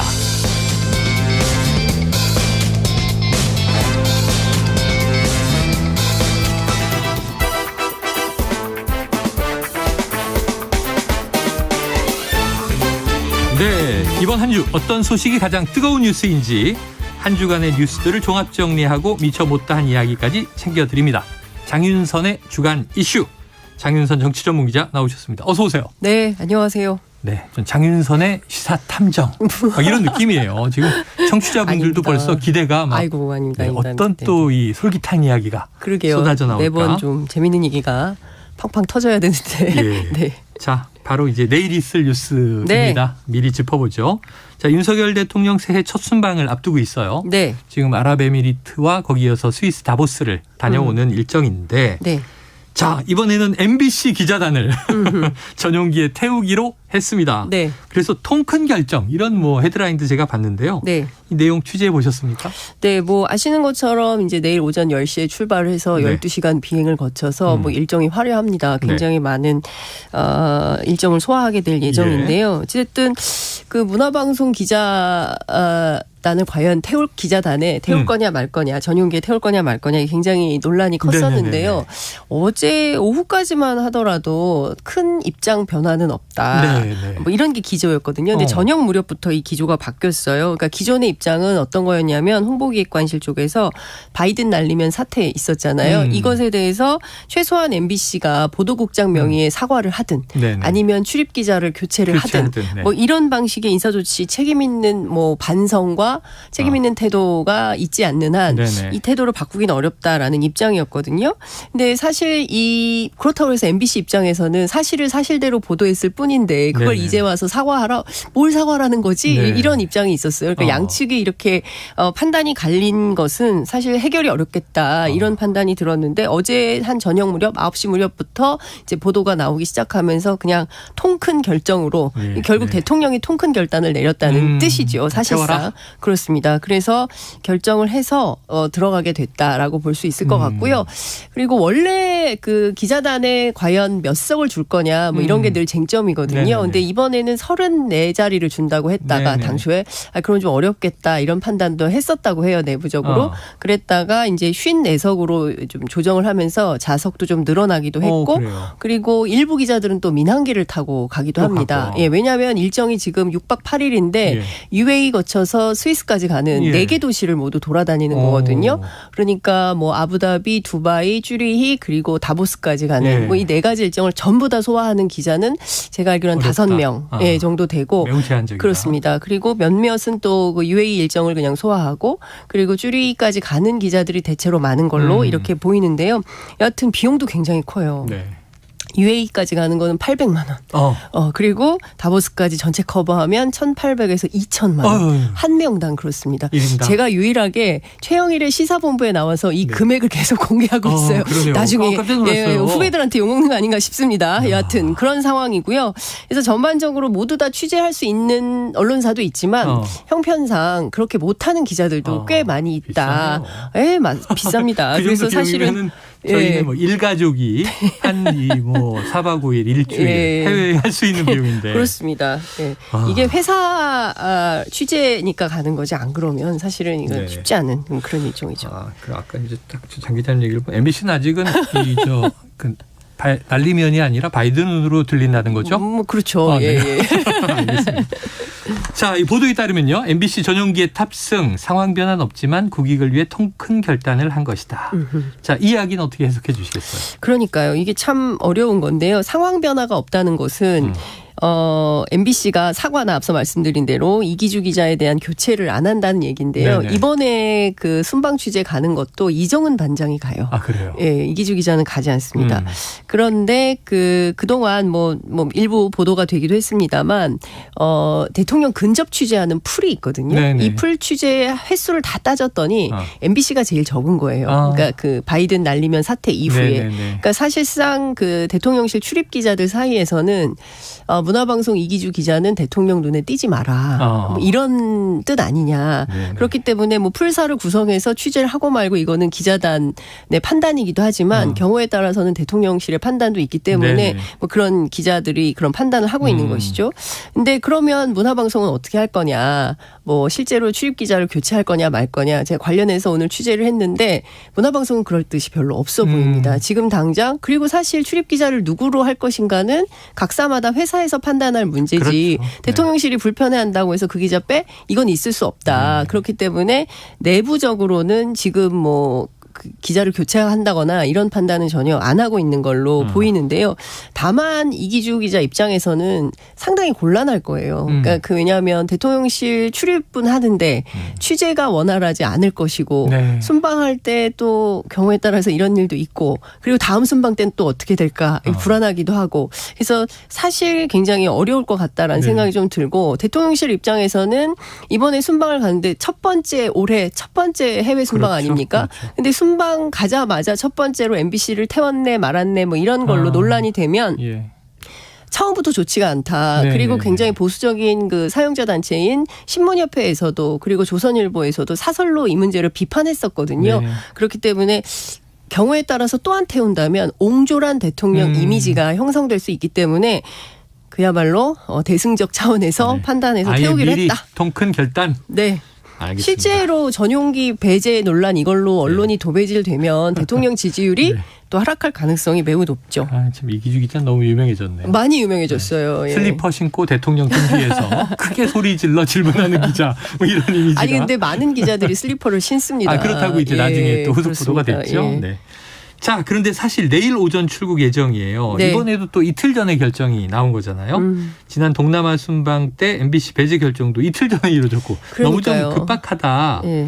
그러면 이게 준비한 일정 촉박한데 이것도 일방적인 결정이다. 이렇게 봐야겠네요. 그렇죠. 그리고 사실 이번 주 월요일 주 초에 그 대통령 순방 계획이 알려졌고 네. 순방 취재에 동행할 기자분들은 신청하세요라는 이제 공보가 온 예, 건데요. 그거에 비용도 따라서 정산이 되고. 그렇습니다. 그래서 각사마다 어떻게 할지 정했는데 방송의 경우에는 볼펜 하나, 영상 하나 이렇게 둘씩 간다는 거예요. 일정이 네네. 길기도 하고 그래서 뭐 상당히 준비 기일이 촉박하다. 근데 중요한 건 빨리 결정을 내려줘야 뭐 준비도 하고 뭐 이런 등등을 처리할 수 있는 일들이 있잖아요. 그럼에도 불구하고 바투게 결정하고 그것마저도 뭐 국익을 위해서 통큰 결단을 했다. 마치 대승적 차원에서 대통령이 접어준 것처럼 하는 것은 그리 좋아 보이진 않습니다. 예, 그리고 사실은 이런 방식으로 대통령실 출입 기자단을 운영하는 것이 옳은 것인가에 대해서도 네. 끊임없는 의문부호가 찍히는 대목이 있는 거거든요. 민주적으로 그리고 자율적으로 그리고 자체 판단으로 얼마든지 취재의 자유가 보장되어야 되는데 그것이 꺾이고 있다. 대통령이 좋아하는 기자들, 친한 기자들만 불러서 따로 전용기 안에서 사적으로 1시간이나 만나고 이런 방식이 계속되면 이게 과연 공정하고 상식에 부합하는 그런 언론관이냐 이런 비판이 계속 쏟아지고 있는 것이죠. 그래요. 지난해 순방 때 이제 나왔던 비판들이니까. 네, 이번에 봐야 될 것 같아요. 내일 전용기 때 이후에는 누가 이제 또 어떤 그 이제 기자들과의 접촉, 뭐 기내 브리핑이 있을지 요 변화 과정이 좀 이제 이번에 나타나는지 한번 네. 지켜보도록 하죠. 자, 대통령실의 언론 대응 이야기로 시작을 했으니까 이번 네. 주에 핫 이슈가 또 하나 있어서 이거 여쭤봅니다. 네. 김건희 여사의 서문시장 방문. 빰빰. 이거 굉장히 화제가 됐잖아요. 네. 그런데 이게 공개 일정이었고 네. 지난해 말에 남대문 쪽방촌 봉사활동에서 처음으로 대통령실 출입 기자단의 풀취재가 이루어졌었는데 네. 자, 이제 공개 행보로 좀 올해 기조가 바뀐 걸로 보세요? 그럼요. 전도 좋던데. 네, 조용한 내조는 끝났다. 네네. 저는 이제 이렇게 봐야 될 것 같고요. 네. 이제 다보스 포럼 다녀오고 그리고 바로 설 명절이잖아요. 설 명절 이후에 김건희 여사의 광폭 행보가 계속 진행이 될 가능성이 높아 보이는데, 예고편이다. 예. 그런데 이것이 비단 그동안 봉사 활동 그리고 사회적 약자 계층을 이제 찾아다니는 뭐 네네. 이런 거였는데 여기에서 범위가 한정될지 아니면 이 범위를 넘어서서 이를테면 대외 관계나 외교나 국제 관계 뭐 이런 데까지 확산될지 이건 좀 지켜봐야 될 것 네네. 같다라는 판단이 좀 들고요. 그리고 또 일각에서는 사실 아직 해소되지 않은 도이치모터스 주가 조작 사건이라든가 네, 그리고 그다음에 이제 논문 문제라든가 뭐 등등에 대해서 해명이 필요하거나 검찰 조사에 응해야 되는 지금 소환 조사 한 번도 없지 않았습니까? 네네. 그렇기 때문에 민주당에서는 특검도 계속 문제 필요하다. 제기하고 TF도 있죠. 만들고 뭐 이러고 있는 거 아니겠어요? 근데 이런 면들이 클리어하게 뭔가 좀 명징하게 해결되지 않은 가운데 네네. 그러니까 일종의 정치 행보로 보일 수 있는 특히 이제 대구에만 대구 서문시장만 지금 윤 대통령도 그렇고 김건희 여사도 그렇고 상징적인 두 번을 곳이죠. 간 거예요. 그러니까 이를테면 지지층 결집에 호소하는 방식의 정치를 하고 있는 거 아니냐. 특히 지지율을 계속 좀 올리거나 유지하기 위한 그런 방편 아니냐 이런 차원에서 조금 문제 있는 행동 아니냐라는 비판도 나오고 있습니다. 네, 그래요. 제가 아까 좋던데라고 말씀드린 게 뭐냐면 이게 예전에 이제 사후에 대통령실 중심으로 사진 딱 이렇게 보여주고 네. 이런 일정이 있었습니다 하는 것보다는 네. 그냥 공개되니까 차라리 기자들이 따라가서 찍고 그렇죠. 현장 상황이 그대로 전달이 되고 이게 이제 좋았다는 건데. 근데 풀 취재도 네. 많지는 않았어요. 아, 그러니까 동영상 2명, 영상 2, 볼펜 2, 사진 2 이랬던 것 같아요. 모두 6명이 취재를 했고 그다음에 이제 장소가 협소할 때가 있어요. 그럴 때는 풀 취재 없이 그냥 전속으로 뭐 이렇게 뭐 취재란 표현이 적확하지는 않습니다만 상황에 따라서 네, 정리해서 기자들한테 토스하는 이런 방식으로 했죠. 잠깐 언급을 하셨지만 네. 정치적 행보로 또 보는 시각들이 있어요. 이 김건희 여사의 광폭 행보, 네. 이른바 또 공개 행보. 네. 온라인 커뮤니티에서는 박근혜 전 대통령의 모습과 비교하는 얘기도 나오고. 네. 야, 이게 정치 행보라면 어떤 의미를 담았을까요? 그러니까요. 사실상 대선 행보 아니야? 막 이런 얘기도 하기도 합니다. 예, 해요. 농담처럼 사실 예, 여의도 정치권 안에서는 네. 다음 대선 후보는 김건희 여사라는데 막 이런 얘기를 하기도 합니다. 이제 자주 섞인 농담으로 이제 들리기도 하는데요. 여하튼 그만큼 김건희 여사가 주목받는 셀럽이라는 겁니다. 뭐 퍼스트레이드인데 셀럽이죠. 그렇죠. 그리고 이제 그동안 과거에 있었던 이른바 대통령 부인들하고 다르죠. 다르다. 느낌도 다르고 활동의 내용도 다르고 그리고 또 기존에 뭐 그런 법률적인 문제들이 있었던 분도 또 없었잖아요. 그렇기 때문에 이분의 지위는 굉장히 독특하다. 네. 그렇기 때문에 국민들로부터 굉장히 주목을 받고 있는 거 아닌가 싶습니다. 네. 이른바 또 그런데 이제 대선 과정에서는 내조만 하겠다 하는 공개 사과도 냈었기 때문에. 네. 그러니까 이런 거죠. 조용한 내조를 하겠다라고 본인이 국민 앞에 일종의 선언을 하고 약속을 한 셈인데 그 약속을 완전히 뒤집어 버렸다. 이제 그 약속은 없던 일이 된 거 아니냐. 네네. 이것은 조용한 내조라고 하기 굉장히 어려운 거죠. 네네. 대놓고 하는 광폭 행보다 이렇게 볼 수밖에 없는 거죠. 조용한 광폭 내조? 다른 것 같습니다. 이율배반이죠. 이율배반이죠. 네. 말장난 이렇게 얘기합니다. 자, 이번에 이제 김만배의 이 언론계 또 법조계 로비가 드러나고 있잖아요. 네. 그러니까 이게 이렇게 폐쇄적인 문화가 문제를 만드는 거 아니냐. 이런 또는 이제 그야말로 밖으로부터는 분리돼 있고 그렇습니다. 자기네끼리는 다 네트워크가 연결돼 있고. 자, 어떻게 보세요? 사실 검찰 기자단, 법조 기자단이 그게 제일 심각합니다. 심각하다. 예, 뭐 경찰, 뭐 모든 기자단이라고 불리는 데는 다 폐쇄성이 있어요. 그리고 자기들끼리만 둘러보는 정보가 따로 있고 공개적이지 않죠. 뭐 대통령실도 마찬가지고요. 모든 기자단이 그렇습니다만 특히 법조, 특히 국방부 그리고 특히 경찰 굉장히 좀 폐쇄적으로 운영을 하는데 상대적으로는 폐쇄된 조직들이네요. 그렇기도 하죠. 뭐 안보 보안 때문에 그렇다 하더라도. 그런 측면도 있죠. 그런데 그럼에도 불구하고 기자단을 운영함에 있어서는 민주적이고 좀 개방적으로 운영할 필요가 있는데 법조 기자단 같은 경우에는 신규 매체가 들어가기가 굉장히 어렵습니다. 그러니까 이를테면 저 오늘부터 서울중앙지검에 출입기자 해서 서울중앙지검에 어떤 뉴스가 있는지 취재하고 싶어요. 라고 하면 그 언론사를 출입 허가를 할지 말지를 서울중앙지검이 결정하는 것이 아니고 기자단이 회의를 해요. 그래요. 기자단이 회의를 해서 기자단이 결정을 합니다. 그래서 예전에 그 TV조선 같은 경우에 처음 신생 매체로서 경찰 기자단에 들어가는데 9번 만에 들어가거든요. 근데 이런 일들이 비일비재하고 끝내 검찰 기자단에 못 들어가는 경우도 있어요. 그렇기 때문에 제가 알기로는 미디어오늘, 뉴스타파 그리고 셜록이라는 매체가 지금 탐사 전문. 대법원까지 갔으나 애매하게 소송에서 지게 돼요. 그래서 이번에 헌법소원을 했거든요. 취재 권리를 보장하라. 근데 왜냐하면 검찰이 판단 안 하고 기자단한테 미루는 방식으로 되니까. 근데 기자단에서는 엄격하게 심사를 하는데 뭐 몇 명씩 몇 개의 라인을 몇 달간 돌려서 평가받은 다음에 자기들이 투표해서 부결되면 다시 또 재심사를 하고 뭐 이런 방식이에요. 그러니까 어찌 보면 기자들이 기자들 상대로 저희 잘 봐주세요라고 명함 돌리고 로비하고 이럴 때도 있거든요. 그러니까 이런 방식의 폐쇄적 운영이 옳으냐 이건 굉장히 잘못됐다고 보고요. 저는 이런 기자단 문화를 해체하는 게 답이다라고 생각합니다. 자기네가 그런 문화를 만들어 왔네요. 그러니까요. 실제로 그런 측면이 문화를 있죠. 이게 뭐 검찰이 만들었다기보다는 위임된 권한을 가지고 스스로 만든 뭐 그런 측면이 것도 있네요. 예, 기자단 스스로 만든 것도 있고 또 출입처에서 일부 요구하는 측면도 있습니다. 뭐 기자들끼리 좀 뭐 이렇게 내용을 정리해서 우리들하고 협의합시다 이렇게 하는 부처들이 꽤 네. 있습니다. 그리고 사실 검찰 기자들은 이렇게 몇몇 끼리 저희들은 그건 일본말 써서 죄송한데 꿈이라고 하거든요. 네네. 그래서 이 꿈이랑 검찰하고 만나서 협의해서 단독 기사들을 담합해서 쓰는 경우가 굉장히 많이 있어요. 그러니까 일종의 조잖아요, 조 그렇죠. 그리고 이제 그거를 단독이라고 그 달고 나오는데 사실은 검찰에서 흘려주는 거를 네네. 그냥 쓰는 경우가 많아요. 그래서 과거에는 이 피의 사실 공표 문제가 너무 심각하다. 그래서 소위 얘기하는 티타임을 없애라. 그래서 아마 제가 알기로는 문재인 정부 때 이걸 없앴던 걸로 알고 있어요. 네네. 그랬다가 한동훈 장관 시절에 다시 부활을 했고 관련된 내용들이 굉장히 많이 쏟아지고 있는데 뭐 이따가 저희가 잠깐 얘기하겠지만 정영학 녹취록만 하더라도 네. 사실관계가 틀리거나 단독이라고 했는데 오보이거나 이런 기사들이 많이 있다고 합니다. 그래요. 그리고 지금 이제 말씀하신 정영학 녹취록을 어제 뉴스타파가 네. 한 1,300여 쪽에 달하는 것 같은데 그냥 전문 공개 네, 다 했습니다. 올려버렸어요. 예. 그 김만배의 전방위적인 로비를 포함해서 대장동 의혹 관련해서 상당히 오랜 기간 네. 쪼개서 조금씩 나왔던 이야기의 대부분의 출처가 이 녹취록이었는데 이건 그 언론 검증이 필요한 거 아니에요? 그동안 쭉 보도됐던 내용들하고. 네, 언론 검증도 저는 지금부터 이제 대서사시가 이제 나와야 된다라는 생각이 좀 드는데요. 누구는 이제 한 편의 범죄 드라마, 범죄 소설과 같다.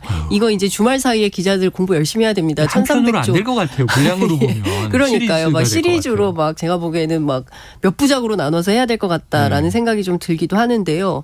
언론은 검증을 해야 되고요. 그리고 검찰은 수사의 책임이 있다라는 생각이 좀 듭니다. 이게요. 그러니까 어느 한쪽만 이른바 선택적 정의, 선택적 수사라고 해서 네. 한쪽만 때리는 방식으로 그동안에 왔었거든요. 네. 그런데 이것을 넘어서서 지금 등장인물이 굉장히 화려해요.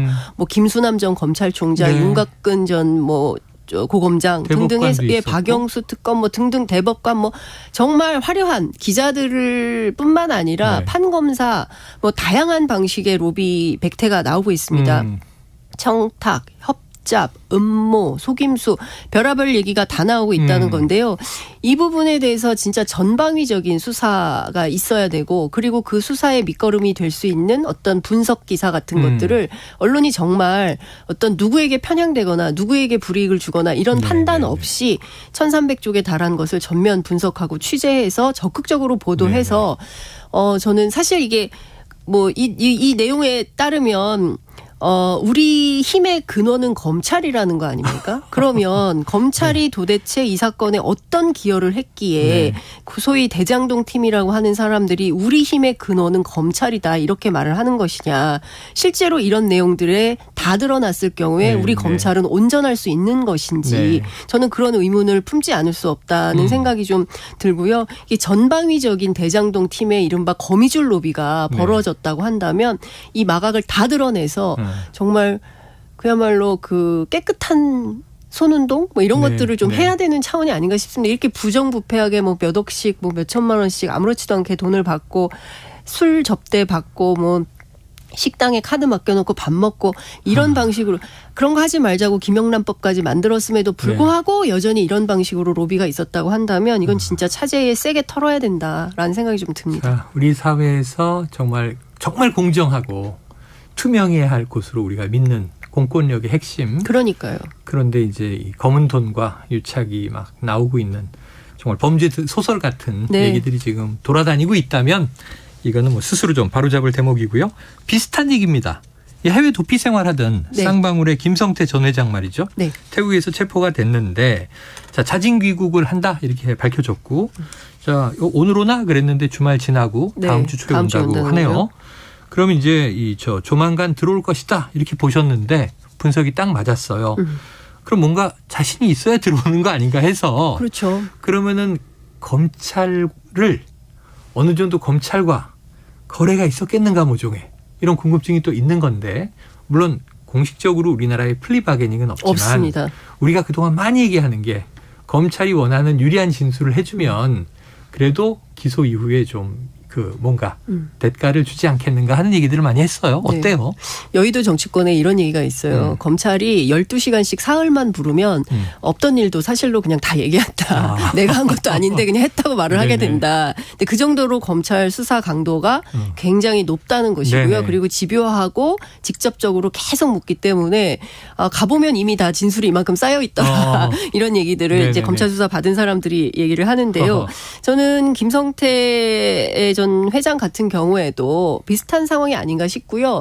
체포될 때 사진이 너무 특이하잖아요. 네네, 그러게요. 그 한인들이 굉장히 많이 가는 그런 골프장이라면서요. 너무 한가롭잖아요. 네. 그리고 누군가 찍어준 듯한 그런 사진. 유자적하게. 예, 아무 때나 가도 상관없이 아무 때나 잡아도 될 것 같은 네네네. 그런 분위기에 있었기 때문에 사실상 검찰하고 모종의 그런 어떤 뭐 거래, 뭐 커넥션 이런 게 있지 않았겠냐. 그러지 않고 갑자기 들어오겠냐. 원래 한 총선 임박해서 들어올 가능성이 높다라는 전망이 우세했었는데 네네네. 그게 아니라 갑자기 이렇게 들어오기 때문에 민주당 안에 취재를 해보면 좀 당황해하는 측면도 있습니다. 예. 아니 왜 벌써 오지? 뭐 이렇게 하는 분들도 있고 아니다. 이번에 와서 깔끔하게 검찰이 수사해서 털 수도 있겠다. 다만 이재명 대표에게는 상당히 큰 악재가 될 수 있겠다. 이렇게 전망하는 분들도 계십니다. 네. 근데 김성태 전 회장이 와서 어느 정도의 어느 수준의 내용을 진술할지는 전혀 알 수는 없지만 네네.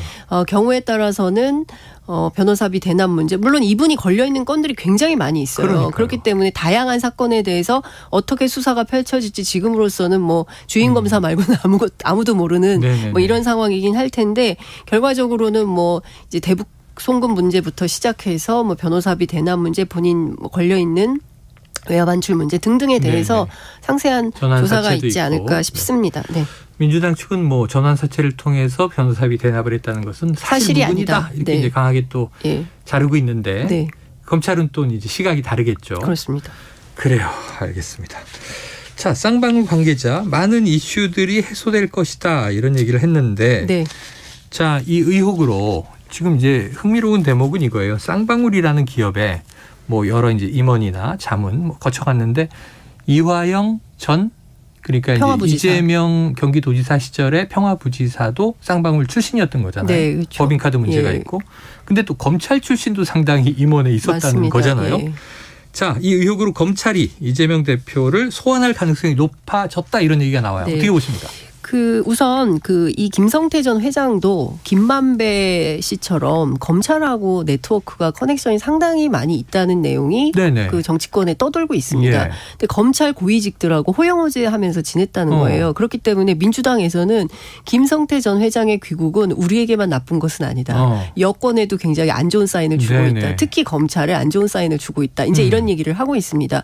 물론 지금 수사의 핵심은 이재명 대표의 변호사비 대납 문제이기 때문에 네. 이와 관련해서 이재명 대표가 소환조사 받게 될 가능성은 상당히 높다. 이렇게 보는 것 같습니다. 네. 그런데 이거 말고도 이재명 대표 앞에 성남FC 사건으로도 소환조사 받지 않았습니까? 그랬죠. 이것도 있고요. 이거 말고도 다른 건들이 줄줄이 있기 때문에 부를 때마다 가야 될 가능성이 매우 높다. 이런 얘기를 민주당은 하고 있습니다. 네.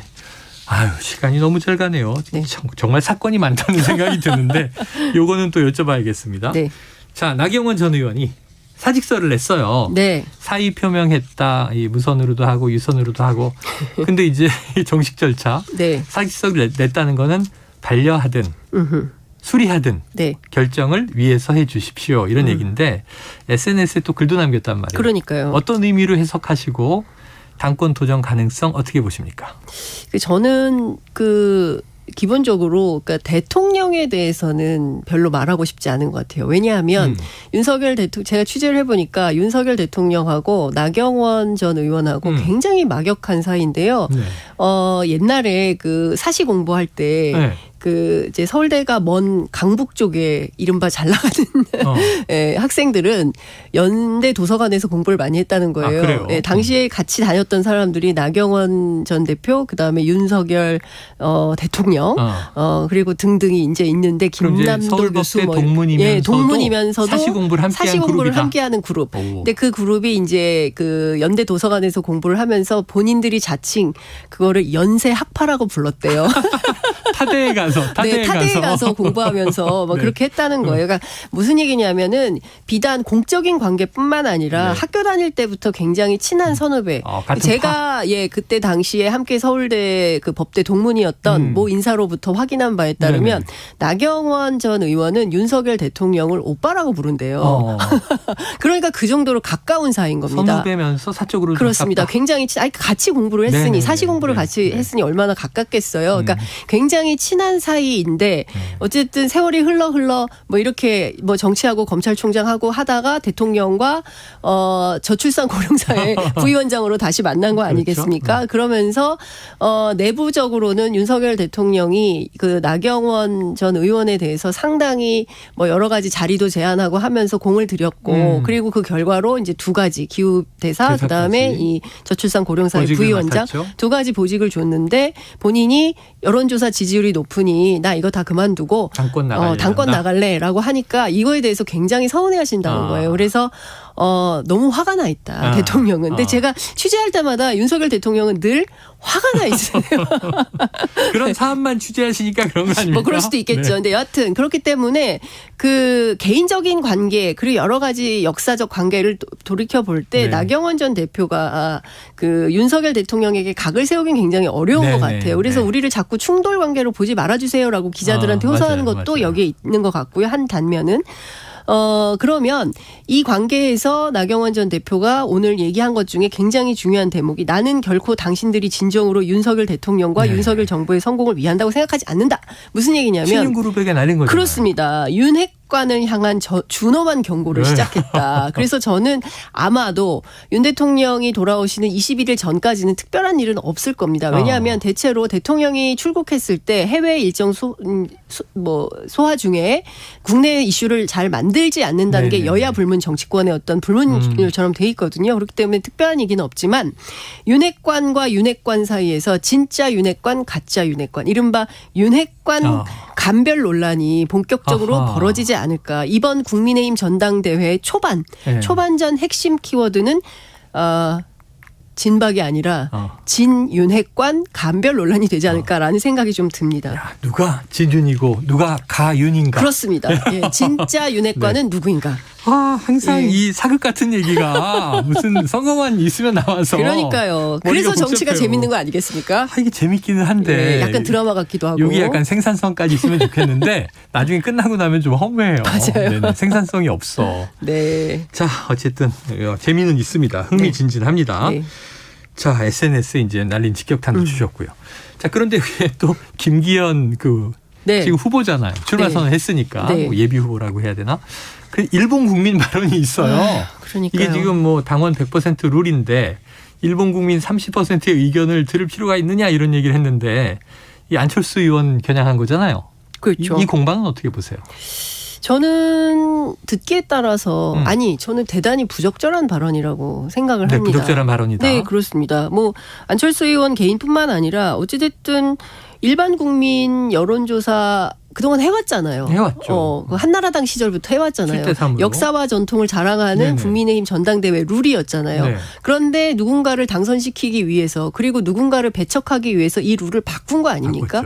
그러면 그동안 참여했던 30%는 뭐예요? 일본 국민이었다는 얘기가 되는 겁니까? 그런 또 뒤집으면 그런 역사에 그렇죠. 성립되네요. 예, 맞습니다. 저는 그런 측면에서 보자면 어찌됐든 더군다나 왜 일본을 하필이면 특히 뭐 어제 오늘 강제징용 배상 문제 관련해서 국민들 민심이 부글부글 끓고 네네. 있습니다. 사죄 한마디 제대로 못 받고 70년이 흘렀는데 결국 우리 돈으로 해결하게 만드는 도대체 우리 정부는 우리 정부로서의 역할을 하고 있는 거냐. 일본은 중요하고 우리는 안 중요한 거냐라는 여론이 부글부글한 상황입니다. 그런데 하필이면 일본 국민에 빗대서 당내에 논란을 빚은 것 자체가 제가 보기엔 정무적으로도 판단을 잘못했고요. 암만 급하다 하더라도 해야 될 말, 하지 말아야 될 말이 있는데 하지 말아야 될 말을 해서 오히려 본인의 지지율을 하락하거나 인기를 떨어뜨리는 이런 상황을 만든 거 아닌가. 매우 답답합니다. 부적절하고 본인에게도 좋지 않았다. 알겠습니다. 이준석 전 대표가 대통령이 해외 순방 나갈 때마다 뭔가 일이 터진다 이런 얘기를 했는데 자, 바로 이제 설 명절 직전 일주일이에요. 네. 내일 대통령은 출국을 하시고 그리고 다음 주 일주일 이제 명절 민심 밥상에 어떤 의제가 올라갈 것인가 결정될 것 같은데 다음 주에 또 어떤 얘기를 들려주실지 궁금합니다. 오늘 여기서 마무리하죠. 지금까지 장윤선 정치전문 기자였습니다. 고맙습니다. 네, 감사합니다. Splish splash, I was taking a bath. Long about a Saturday night. Yeah. 점심 먹고 유쾌한 시사 디저트 한 입. 최영일의 시사본부. Well, I stepped out the tub and put my feet on the floor. I wrapped the towel. 네, 2023년 검은 토끼의 해 새해를 맞아서 청취자 여러분께 감사의 마음을 담아 준비했습니다. 최영일의 시사본부에서 쏘는 커피, 일명 최영일 커피 추첨을 통해서 드립니다. 짧은 문자 50원, 긴 문자 100원이 드는 샵 9730으로 문자 많이 보내주시고요. 소중한 청취 의견을 저희가 감사히 받도록 하겠습니다. 자, KBS 스포츠국의 정현호 PD와 함께 한 주간의 스포츠 소식을 정리해 보겠습니다. 스포츠 본부 정 PD님 어서 오세요. 네, 안녕하십니까. 아, 이제 얼굴에서 빛이 나네요. 그렇습니까? 네, 여도구를 다 빼신 것 같아요. 마침 이제 거의 한 달이 아직도 안 되긴 했지만. 카타르에서 돌아온 지. 근데 네네. 거기 나가 있던 기간 한 2달 되죠? 그렇죠. 2달을 좀 여독을 풀려면 한 달 정도는 있어야 되는 것 같습니다. 네. 카타르의 느낌이 아직 있어요. 아, 그래요? 자, 지난주에 다뤘던 이 흥국생명 사태. 네네. 배구였죠. 네. 이 구단 측에서 사과문을 발표했는데 뭐 좀 수습이 되고 있습니까? 더 악화되고 있다는 생각이 듭니다. 더 악화되고 있다. 신인 감독으로 김기중 감독을 선임을 했지만 네. 본인이 고사를 했고요. 아이고. 거기다가 대해서 이제 단장이 새로 들어온 단장이 이제 해명을 했는데 뭐 팬들의 의견을 유튜브 등을 통해서 수용하려고 했다 이런 얘기를 했는데 사실은 어떤 구단을 운영하는 데 있어서 팬들의 의견을 그런 SNS로 수용해서 반영한다는 것 자체가 약간의 넌센스죠. 네네네. 네, 이제 당연히 감독직을 맡은 사람 입장에서는 굉장히 좀 당황스러울 수 있을 것 같고. 네. 그래서 당분간은 김대경 감독 대행 체제로 가게 됐습니다. 그런데 여기서 한국생명 구단이 또 약간의 거짓말을 했어요. 이제 그 인터뷰를 통해 보도 자료를 통해서 김대경 감독 대행이 필요한 경우에는 올스타전까지 나갈 의사도 있다. 이런 식의 발표를 했는데 바로 그날 밤 김대경 감독 대행이 본인의 SNS를 통해서 그런 얘기를 한 적도 없고 나갈 마음도 없다라고. 그러니까 지금 뭔가 흥국생명이 발표하는 것마다 전부 반박을 당하고 있는 상황이거든요. 왜 이렇게 그 정말 인기 있고 잘 나가는 구단이 그러게 말입니다. 이렇게 얄팍하게 하는 것인가? 네. 저는 너무 궁금하네요. 맞습니다. 아이고, 안타까웠습니다.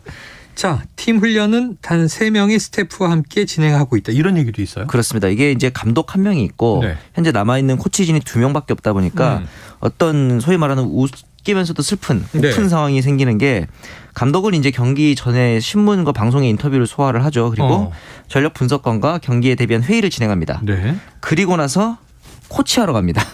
선수들한테 직접 스파이크도 쳐주고 네. 토스도 올려주고 이러면서 코치가 해야 할 역할을 감독이 같이 하고 있어요. 당연히 어떤 감독을 직을 수행하는 데 있어서의 전력의 공백이 생길 수밖에 없는 그러네요. 상황이고 이 김대경 감독 대행이 김연경 선수와 동문입니다. 그러니까 이제 동기인 거죠. 고교 동기예요. 졸업 연도가 동일합니다. 그래요. 네, 동기 동창이고 거기다가 그냥 쉽게 말하면 친구네. 친구죠. 네.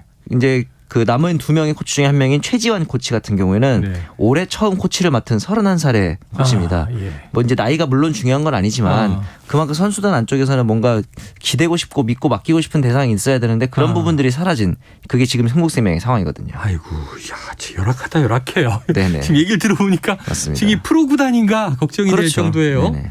자, 새 감독 선임될 때까지 말씀하신 대로 김대경 감독 대행이 팀을 이끌고 있다. 근데 경기는 계속 이제 치러야 되잖아요. 맞습니다. 그럼 최근의 결과라든가 팀 분위기는 좀 어떻게 보십니까? 일단은 흥국생명의 전력 자체가 워낙 좋다 보니까 GS와 IBK전에서는 승리를 했으나 1위인 현대건설과의 경기에서 2대3으로 아쉽게 석패를 했어요. 네네.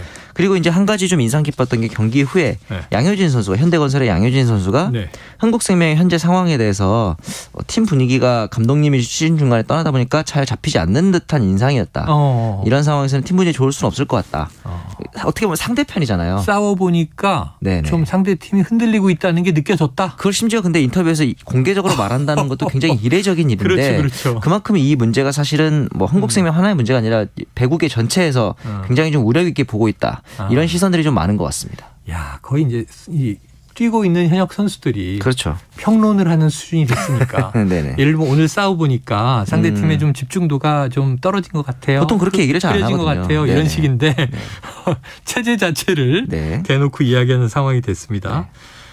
이게 구단의 좀 섣부른 대처, 네. 미숙한 대응으로 인해서 총체적 난국에 빠져 있는 걸로 보이는 흥국생명인데요. 네.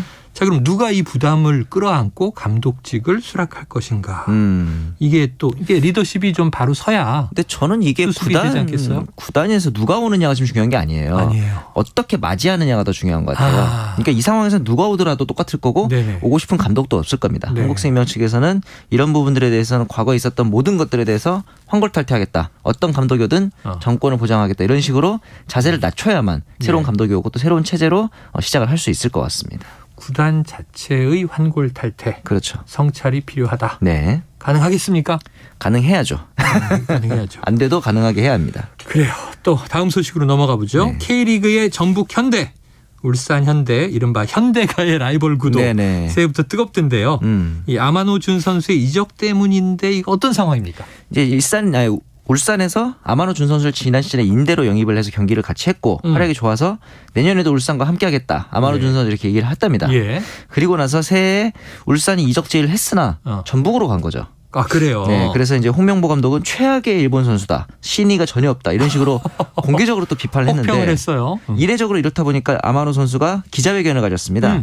울산에서 오퍼 온 게 새해에 들어서 없었다. 네. 본인은 당연히 오퍼가 왔으면 갔겠지만 네네네. 그래서 그 와중에 전북에서 성심성의껏 오퍼를 넣어줬다.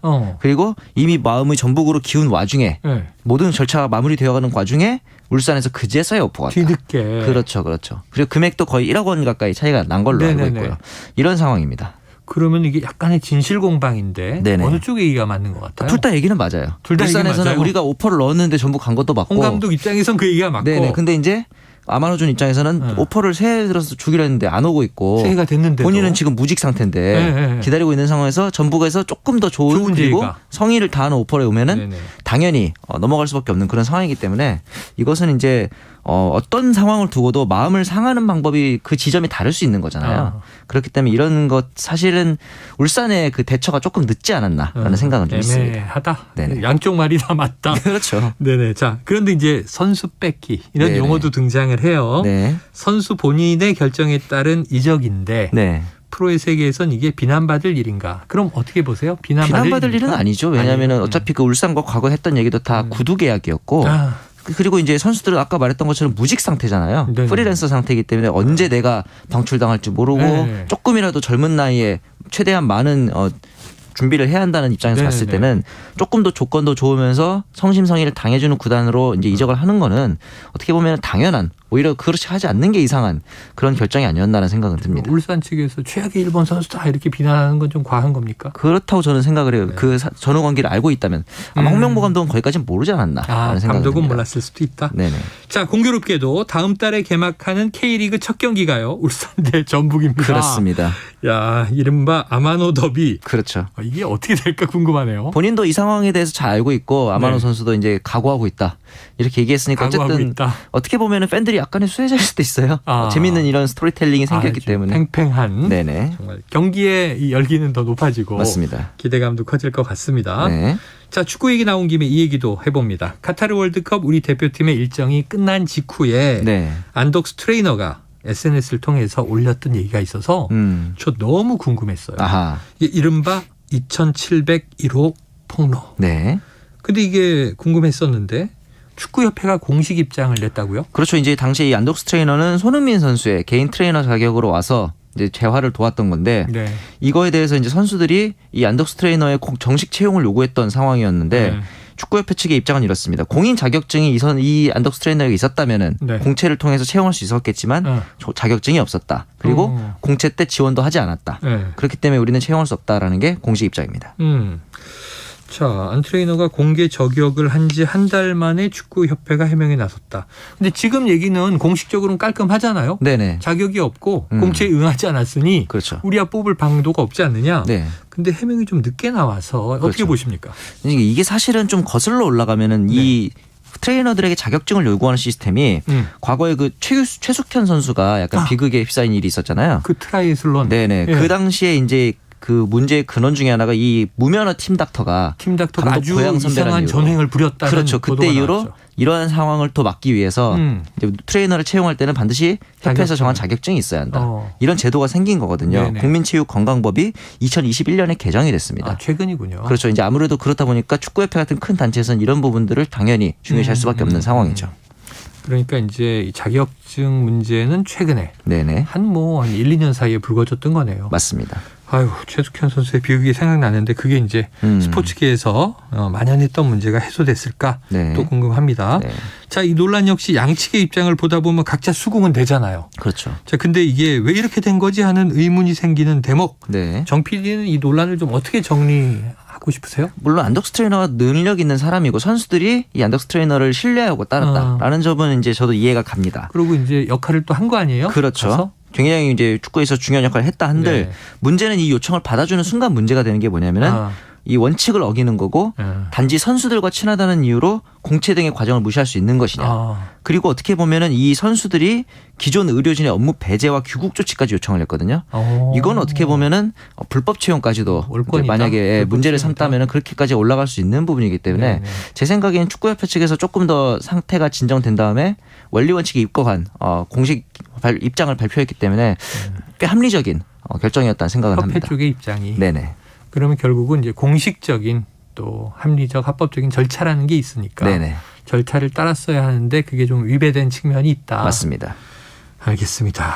자, 지난 정현호 PD 결혼식에 화환을 보냈던 김하성 선수. 자, 샌디에이고에서 활약하며 이 내셔널리그 유격수 부문 골든글러브 최종 후보까지도 올랐었어요. 팀이 전력을 보강하면서 이 플래툰 가능성이 있다 이런 전망이 나왔는데 이건 저 옛날에 베트남 전쟁 영화로 생각이 나요. 플래툰이라는 게 뭐예요? 이게 이제 좌완투사 등판했을 때는 상대 선인 우타자 그리고 우완투수 등판 신 좌타자 이렇게 이제 기용하는 시스템인데 기본적으로 이렇게 된 좌완투사 적기 때문에 김하성의 출전 빈도가 굉장히 줄어듭니다. 그러네요. 그리고 이제 이 김하성 선수를 원하는 보스턴이라는 구단도 물론 좋은 구단이지만 지금 샌디에이고와 소토를 영입하는 등의 윈나우 행보를 보이고 있기 때문에 좀 우승을 원한다 이런 상황이라면 제 생각에는 김하성 선수가 샌디에이고에 좀 남아있는 게 낫지 않을까라는 생각은 좀 들었습니다. 아, 그래요. 이제 출장 기회가 줄어들 수 있지만 현재 구단에서 버티는 게 좋다. 네, 그렇습니다. 그 얘기를 직접 해주셨어요? 출장 기회도 아마 여기 남아있는 게 더 좋을 것 같습니다. 직접 해줘야죠. 아직까지 직접 만나지 못해서. 결혼식 화환까지 받고 중요한 얘기를. 그럼 김하성 선수한테 최영일의 시사본부를 다시 듣게 하시라고. 좋은 의견입니다. 주십시오. 여기서 김하성 선수에 대한 컨설팅을 했습니다. 자, 이게 트레이드 가능성이 제기되고 있단 말이에요. 김하성 선수의 가치는 좀 올라가고 있다. 미국의 프로 시장에서.